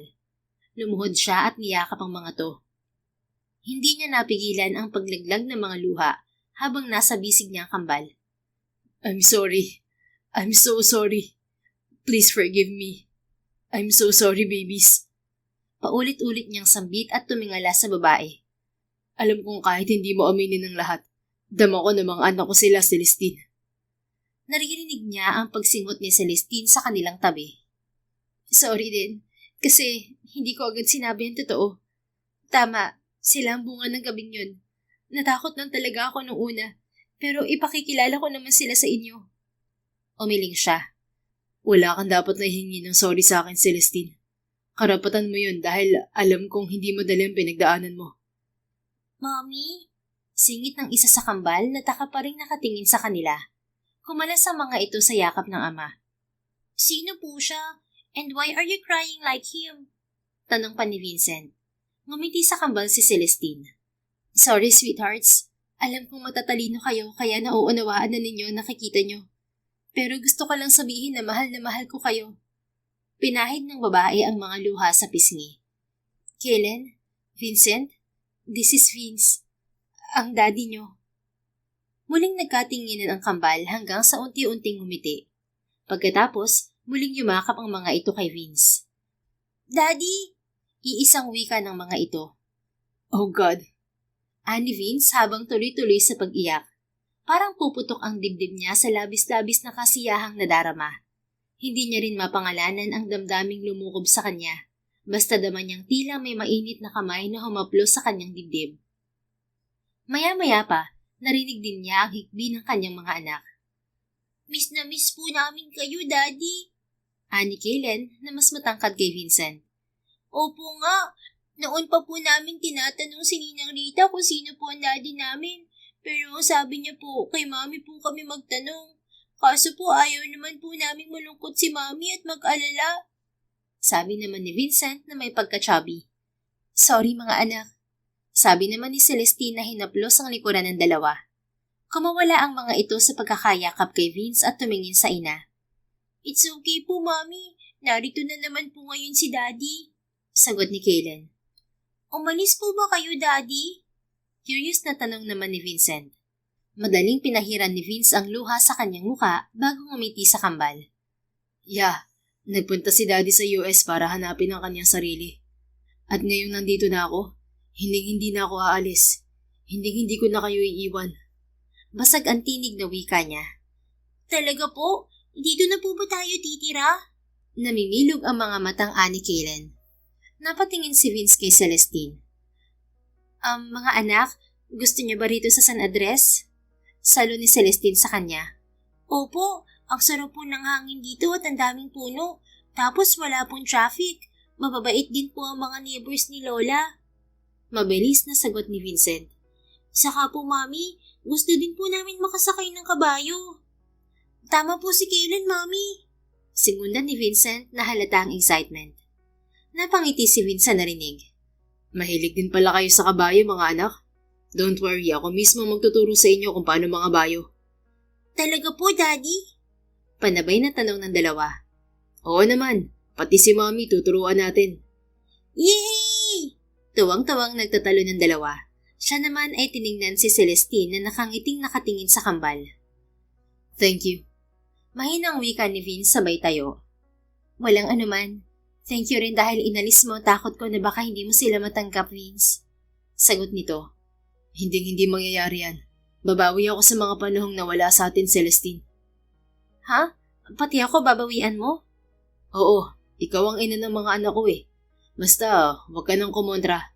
7 taon kang nagtaguyod mag-isa sa kanila kaya ngayon, ako naman ang bahala sa inyo, okay? Hindi na kumontra si Celestine. Magkakasama na silang umuwi ng bahay. Halos hindi magkandamayaw ang kambal sa pagkukwento kay Vince ng kung ano-ano. Kaya pakiramdam niya, hindi naman siya gaanong nalayo sa mga ito. Parang walang 7 taon na wala siya sa tabi ng mga ito. Close na close agad sila na pinagpapasalamat niya. Pagdating nila sa bahay ni na Celestine ay naabutan nila roon ang ina nito. Napaiyak ito nang makita sila at kung gaano kasaya sina Kellen at Vincent habang hawak ang magkabilang kamay ni Vince. Nay, tama na ho. Ani Celestine habang hinahagod ang likod nito. Nasa sala sila ng bahay at kinwento ang nangyari kanina sa plaza. Natutuwa lang ako, anak. Sa wakas malaya ka na sa mga problema mo. Anang matanda. Manang Cecilia, gusto ko lang pong humingi ng tawad sa lahat-lahat ng nagawa ko noon. Singit ni Vince. Alam ko po kulang ang salitang patawad sa laki ng mga kasalanan ko sa inyo, kay Celestine at sa mga anak namin. Pero ngayong narito na po ako at alam ko na ang totoo, sisikapin ko pong itama ang lahat ng yun. Sisikapin ko po silang pasayahin sa araw-araw at mahalin ang higit pa sa buhay ko. Hindi ko po sila pababayaan at poprotektahan ko po sila sa lahat ng sandali. Patawad po, Manang Cecilia. Sinserong anya, naluluhod pa sana, ngunit pinigil siya ng matanda. Ngumiti ito na ikinahinga niya ng maluwag. Wala naman akong ibang nais kundi ang kabutihan at kaligayahan nilang tatlo, senyorito. Kaya sana, ito na talaga ang simula niyon. Patawad din kung hindi ko nasabi sa inyo agad ni Doña Catalina ang lahat dahil gusto kong si Celestine ang magsabi sa inyo ng tungkol sa kambal. Huwag niyo na po akong tawagin senyorito dahil gusto ko rin pong sabihin sa inyo na nangangarap po akong buuin ang pamilya namin. Ang pamilya natin. Pero wag po kayong mag-alala. Sinabi ko naman kay Celestine na hindi ako nagmamadali. Nakikilalanin muna ulit namin ang isa't isa. Patawad din po sa nagawa ko noon. Payagan niyo po sanang panagutan ko si Celestine sa nangyari sa amin noon. Hayaan niyo pong patunayan ko ang sarili ko sa kanya at sa mga anak namin. Sino ba naman ako para hadlangan ka, Vince, iho? Sa tuwa ay niyakap ng lalaki ang ginang. Salamat po. Huwag niyo po sanang isipin na baka dala lamang to ng pagkakaroon namin ng anak. Hindi po ganun man ang Cecilia. Dahil noong uno pa man, pagkatapos sabihin sa akin ni Mami na wala pang nobyo o asawa si Celestine, bala ko na po talaga siyang ligawan. Kaya sana po ipayagan niyo ako. Paliwanag ni Vince. Aba, oo naman. Kung ano makakapagpaligaya sa anak at mga apo ko, doon din ako. Pero syempre, si Celestine pa rin ang masusunod. Napangiti siya. Maraming salamat po. Salamat din. Salamat dahil alam ko magiging maligaya sila sa piling mo. Lalo pat nakikita ko namang nagbago ka na talaga. Wika nito. Huwag po kayong mag-alala dahil sisiguraduhin ko sa inyo. Sa kanila lang tatlo iikot ang buhay ko. Ngayon panatag na ang kalooban ko. Anang ginang at kumalas sa pagkakayakap sa binata. Napatingin si Vince kay Celestine. Nakangiti ito. Nangingistap ang mga mata sa luha. Pero kapuna-punang wala na yung bigat. At ipinapangako niya sa sariling tutuparin niya ang lahat ng sinabi niya kanina. Nang sumunod na araw, nagpa siya si Celestine na dalhin ng kambal sa mansyon dahil sinabi na niya sa lalaki na naunang malaman ni Doña Catalina ang lahat. Hindi naman nagalit si Vince, bagkus ay natawa pa ito. Talaga, Mami? Maraming horse kina Daddy? Tanong ni Kaylen habang binibihisan niya ang mga ito. Opo, pero huwag kayong magpapasaway ha. Behave lang. Saka si Lola ang pakay natin doon. Gusto na niya kayong makilala sa personal. Opo, Mami. Sagot ng mga to.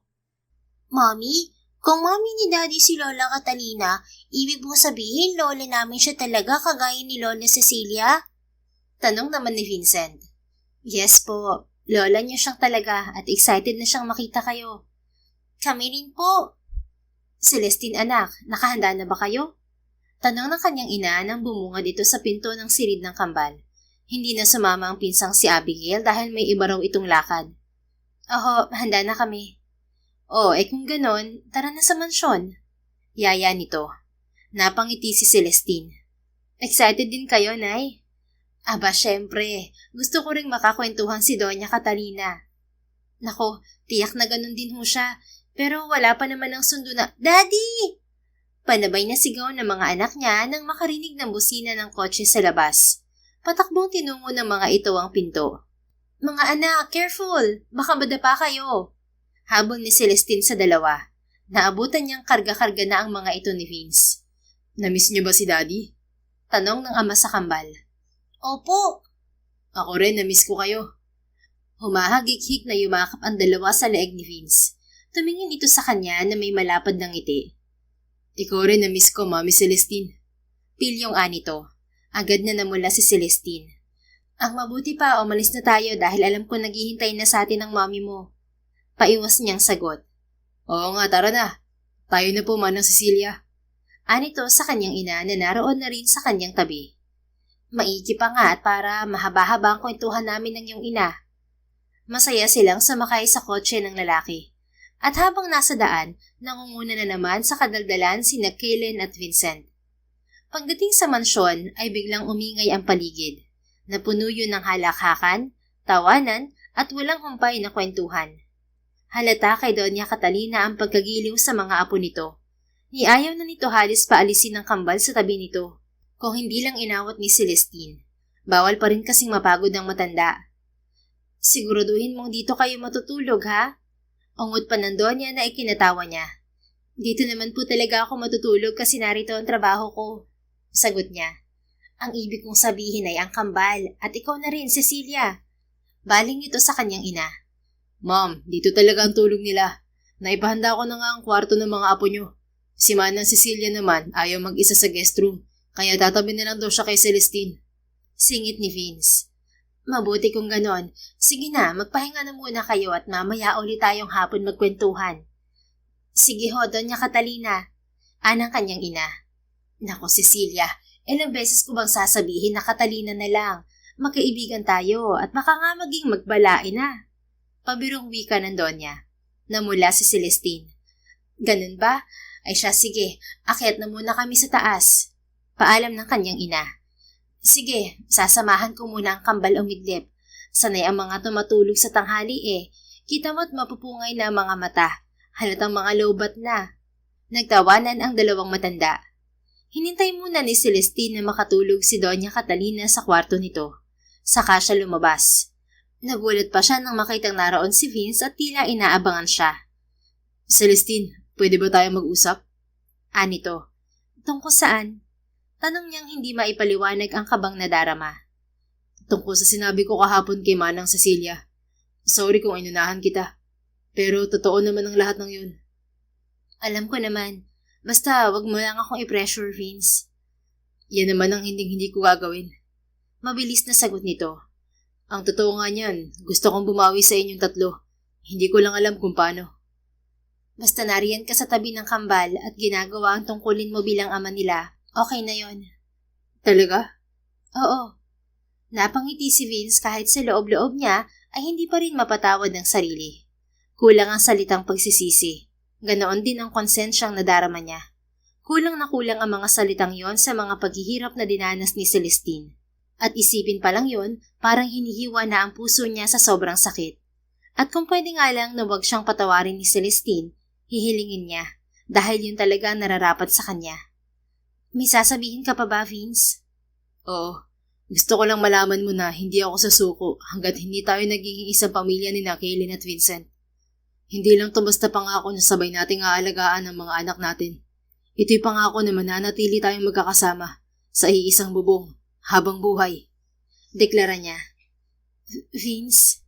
Alam ko, huli na para aminin ko sa'yo to. Pero gaya nga ng sinabi ko sa nanay mo, matagal na kitang gusto, Celestine. The first time I laid my eyes on you, gusto na kita. Kaso, napakabata mo pa noon at nag-aaral pa tayo pareho. Kaya pinilit kong pigilan ng sarili ko at ibaling sa ibang atensyon ko. Pero hindi ako nagtagumpay. At alam mo na kung ano nangyari sa atin 7 years ago. Kinuha niya ang kamay ni Celestine. Back then, I planned to talk to her parents, pero nagalit nga si Mommy. At nang ipatapon niya ako sa Amerika, walang araw na hindi kita naiisip. Nagbago ako dahil sa iyo, Celestine. I changed because I realized how foolish I was for not knowing that the woman I was looking for had been right in front of me all along. So, after knowing everything yesterday, I kept asking myself if I truly deserve someone like you. At ang sabi nito, itinuro ni Vince ang tapat ng puso nito. Ang sabi nito ay oo. Sinang-ayunan naman yun ang isip ko kahit pa nga punong-puno ang dibdib ko ng galit para sa sarili ko. Gusto mo ko? Seryoso ka ba talaga? Hindi pa rin makapaniwala ang tanong ni Celestine. Yes, pero hindi lang kita basta gusto. Mahal kita, Celestine. Nung sinundo kita sa inyo, sinabi ko sa sarili kong itatama ko ang lahat ng mga nangyari noon. At ngayon, gusto kong maging parte ng buhay nyo. At yun ay kung tatanggapin mo ako. Pero bago mo ako sagutin, gusto ko munang pag-isipan mo to ng mabuti. Kasi ayaw kong sa bandang huli mas lalo kitang masaktan, pati na mga anak natin. Ani Vince bago hinaplos ang pisngi niya. Naiintindihan ko. Anyang halos sumirko na ang puso sa saya. Pero tama naman ito. Hindi siya pwedeng magpadalos-dalos dahil hindi lang buhay nilang dalawa ang nakataya sa pagkakataong to. Nariyan din ang kanilang mga anak na dapat nilang protektahan. Basta gusto ko lang malaman mo ang totoong nararamdaman ko, Celestine. Nagkaanak man tayo o hindi, plano ko na talaga ligawan ka at dugtungan ang naudlot nating kahapon. Okay, basta rin wag mo akong i-pressure. Hindi ko gagawin yan, Celestine. Hindi ko gagawin ng isang bagay na alam kong magdadagdag sa'yo ng isipin. Basta sa ngayon, maging masaya muna tayo sa kung anong meron sa atin, kasama ang ating mga anak. Sige. Mula ng araw na yon, halos hindi na mapaghiwalay pa sina Vince at ang kambal. At dahil nasa mansyon naman si Celestine, doon na rin tumuloy ang mga anak nila at ang kanyang ina. Ayon na rin sa kagustuhan ni Doña Catalina, na umiiyak na humingi ng tawad noon sa kanyang ina. Maayos namang nag-usap ang dalawa at nagkasundo na iisang tabi na lamang ang nakalipas at pagtuunan na lamang ng pansin ang kasalukuyan. Kaya naman mas umingay pa ang mansyon na sa tingin ni Celestine ay mas nakaigi sa matandang Donya. Kitang-kita kasi ang kasiglahan sa katawan nito mula nang makita at makasama ang kambal. "Good morning po mga lola," sabay na wika ni Kaylen at Vincent. Kasama na mga ito si Vince na dumalo sa hapagkainan. "Mga apo, kumusta ang tulog nyo?" Magiliw na wika ni Doña Catalina habang nakangiti. "Okay naman po. Super lamig pa rin po kasi ang lakas ng aircon," sagot ni Kaylen. "Opo nga, kaya ang sarap mag-sleep sa room namin." Sang-ayon naman ni Vincent na lumapit sa kanyang ina. "Mano po, Lola Cecilia." "Kaawaan ka ng Diyos po." "Ako rin, mano po, Lola Catalina." Sabi naman ni Kaylen. "Ay, kaawaan ka rin ng Diyos po." At nagpalitan ang kambal sa pagmano sa dalawang matanda. Sige na, kain na tayo. Ani Vince bago bumaling kay Celestine. Good morning, Mommy. Nakangiting bati nito sa kanya. Agad na pinamulahan ng mukha si Celestine. Good morning din. Sanay na siyang tinatawag nitong Mommy dahil sa kambal. Pero minsan, naiilang pa rin siya, lalo't kaharap nila ang kanilang mga ina. Sige na, kumain na tayo, anang Donya.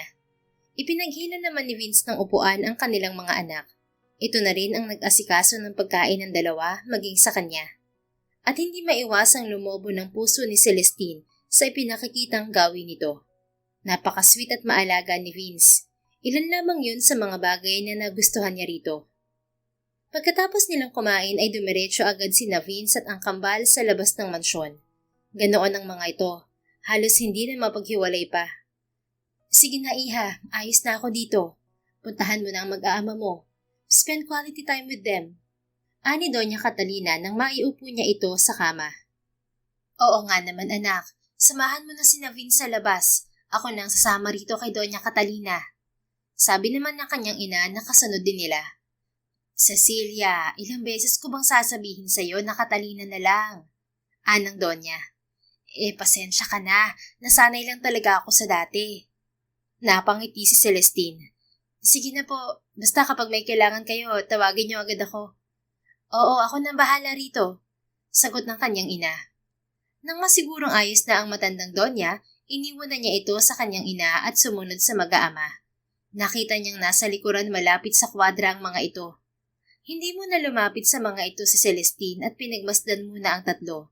Tinuturuan ni Vince ang kambal ng mga bayo. Dad, I can hold na po. Whoa! Bulalas ni Vincent. Me too. Look, Vincent. Sumusunod na siya sa sinasabi ko. Sabi naman ni Kaylen habang nakasakay ang mga ito sa tig-isang pony. Careful, okay?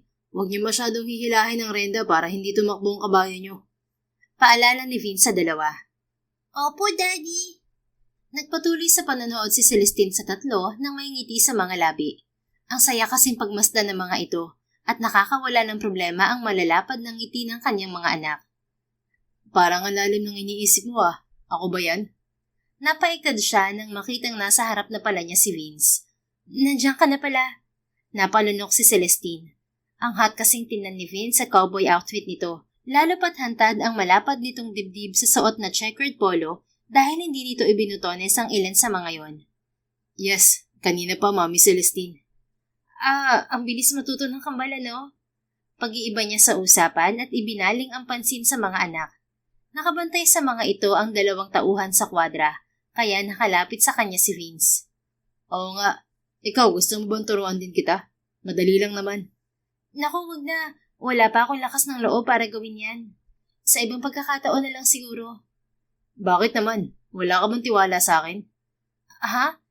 Muling napabaling si Celestine kay Vince. Ngumiti ito at hinawakan ang kamay niya. Do you trust me? Oo naman.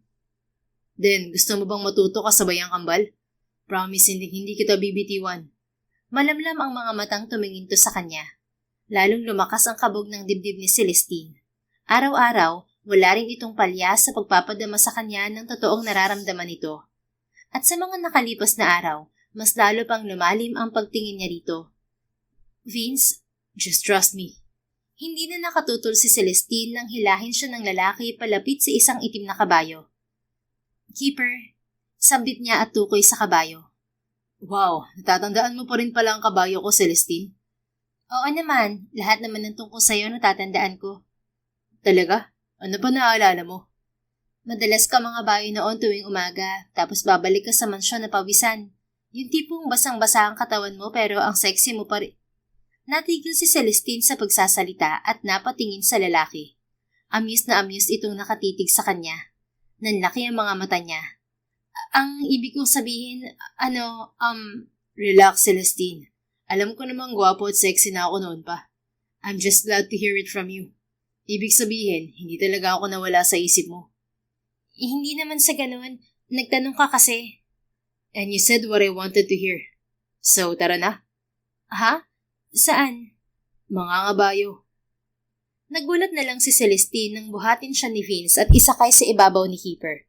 Mariin siyang napapikit sabay kagat sa labi. Don't move. Anang lalaki na sumampa rin sa ibabaw ni Keeper. Relax, mommy. You're safe with us. Bahagya siyang napasinghap nang maramdaman ang pagtama ng mainit nitong hininga sa gilid ng kanyang pisngi. Alright, here we go. Nang umusad na si Keeper, nagmulat ng kanyang mga mata si Celestine. Unti-unti siyang napangiti nang makita ang magandang kapaligiran. Like it? Tanong ni Vince bago sinilip ang kanyang muka. Aha, ang ganda pala talaga ng hasyenda.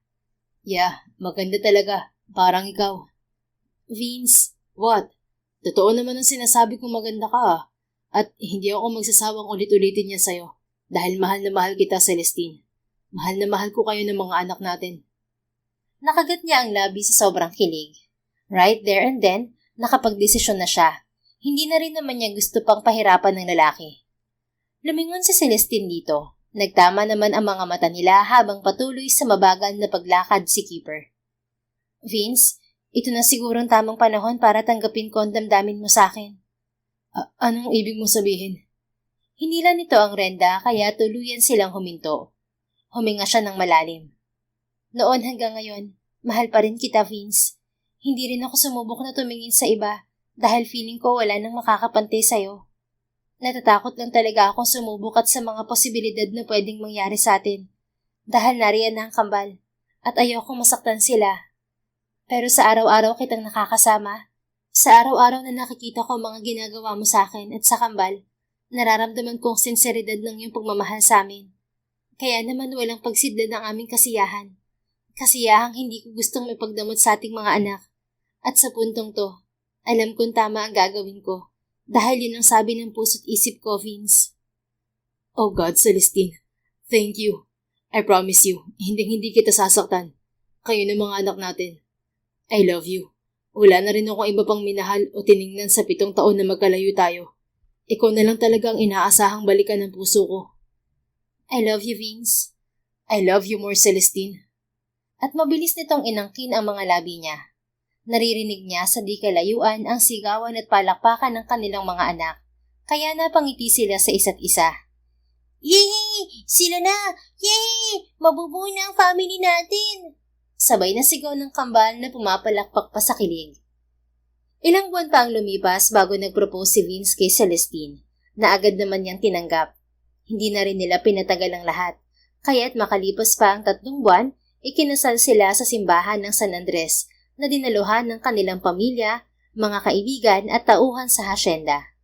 At syempre, hindi mawawala si Rita at ang asawa at mga magulang nito. Congrats my dear friend, masaya ako sa nangyayaring to sa buhay niyo. Ikaw, si Vince at mga inaanak ko. Naiiyak nitong wika. Salamat Rita, isa ka sa naging sandigan ko at nagpalakas sa akin sa tuwing hirap na hirap ako. I wouldn't be here without you. Sagot ni Celestine na naiiyak na rin. Sus, wala yon. Sige na, puntahan mo na ang asawa mo at kanina pa masama ang tingin sa akin. Inaagaw ko kasi ang moment niya. Natatawang yumakap muna siya sa kaibigan bago lumapit kay Vince na agad ipinulupot ang mga kamay sa baywang niya. You're the most beautiful bride I've ever laid my eyes on, baby.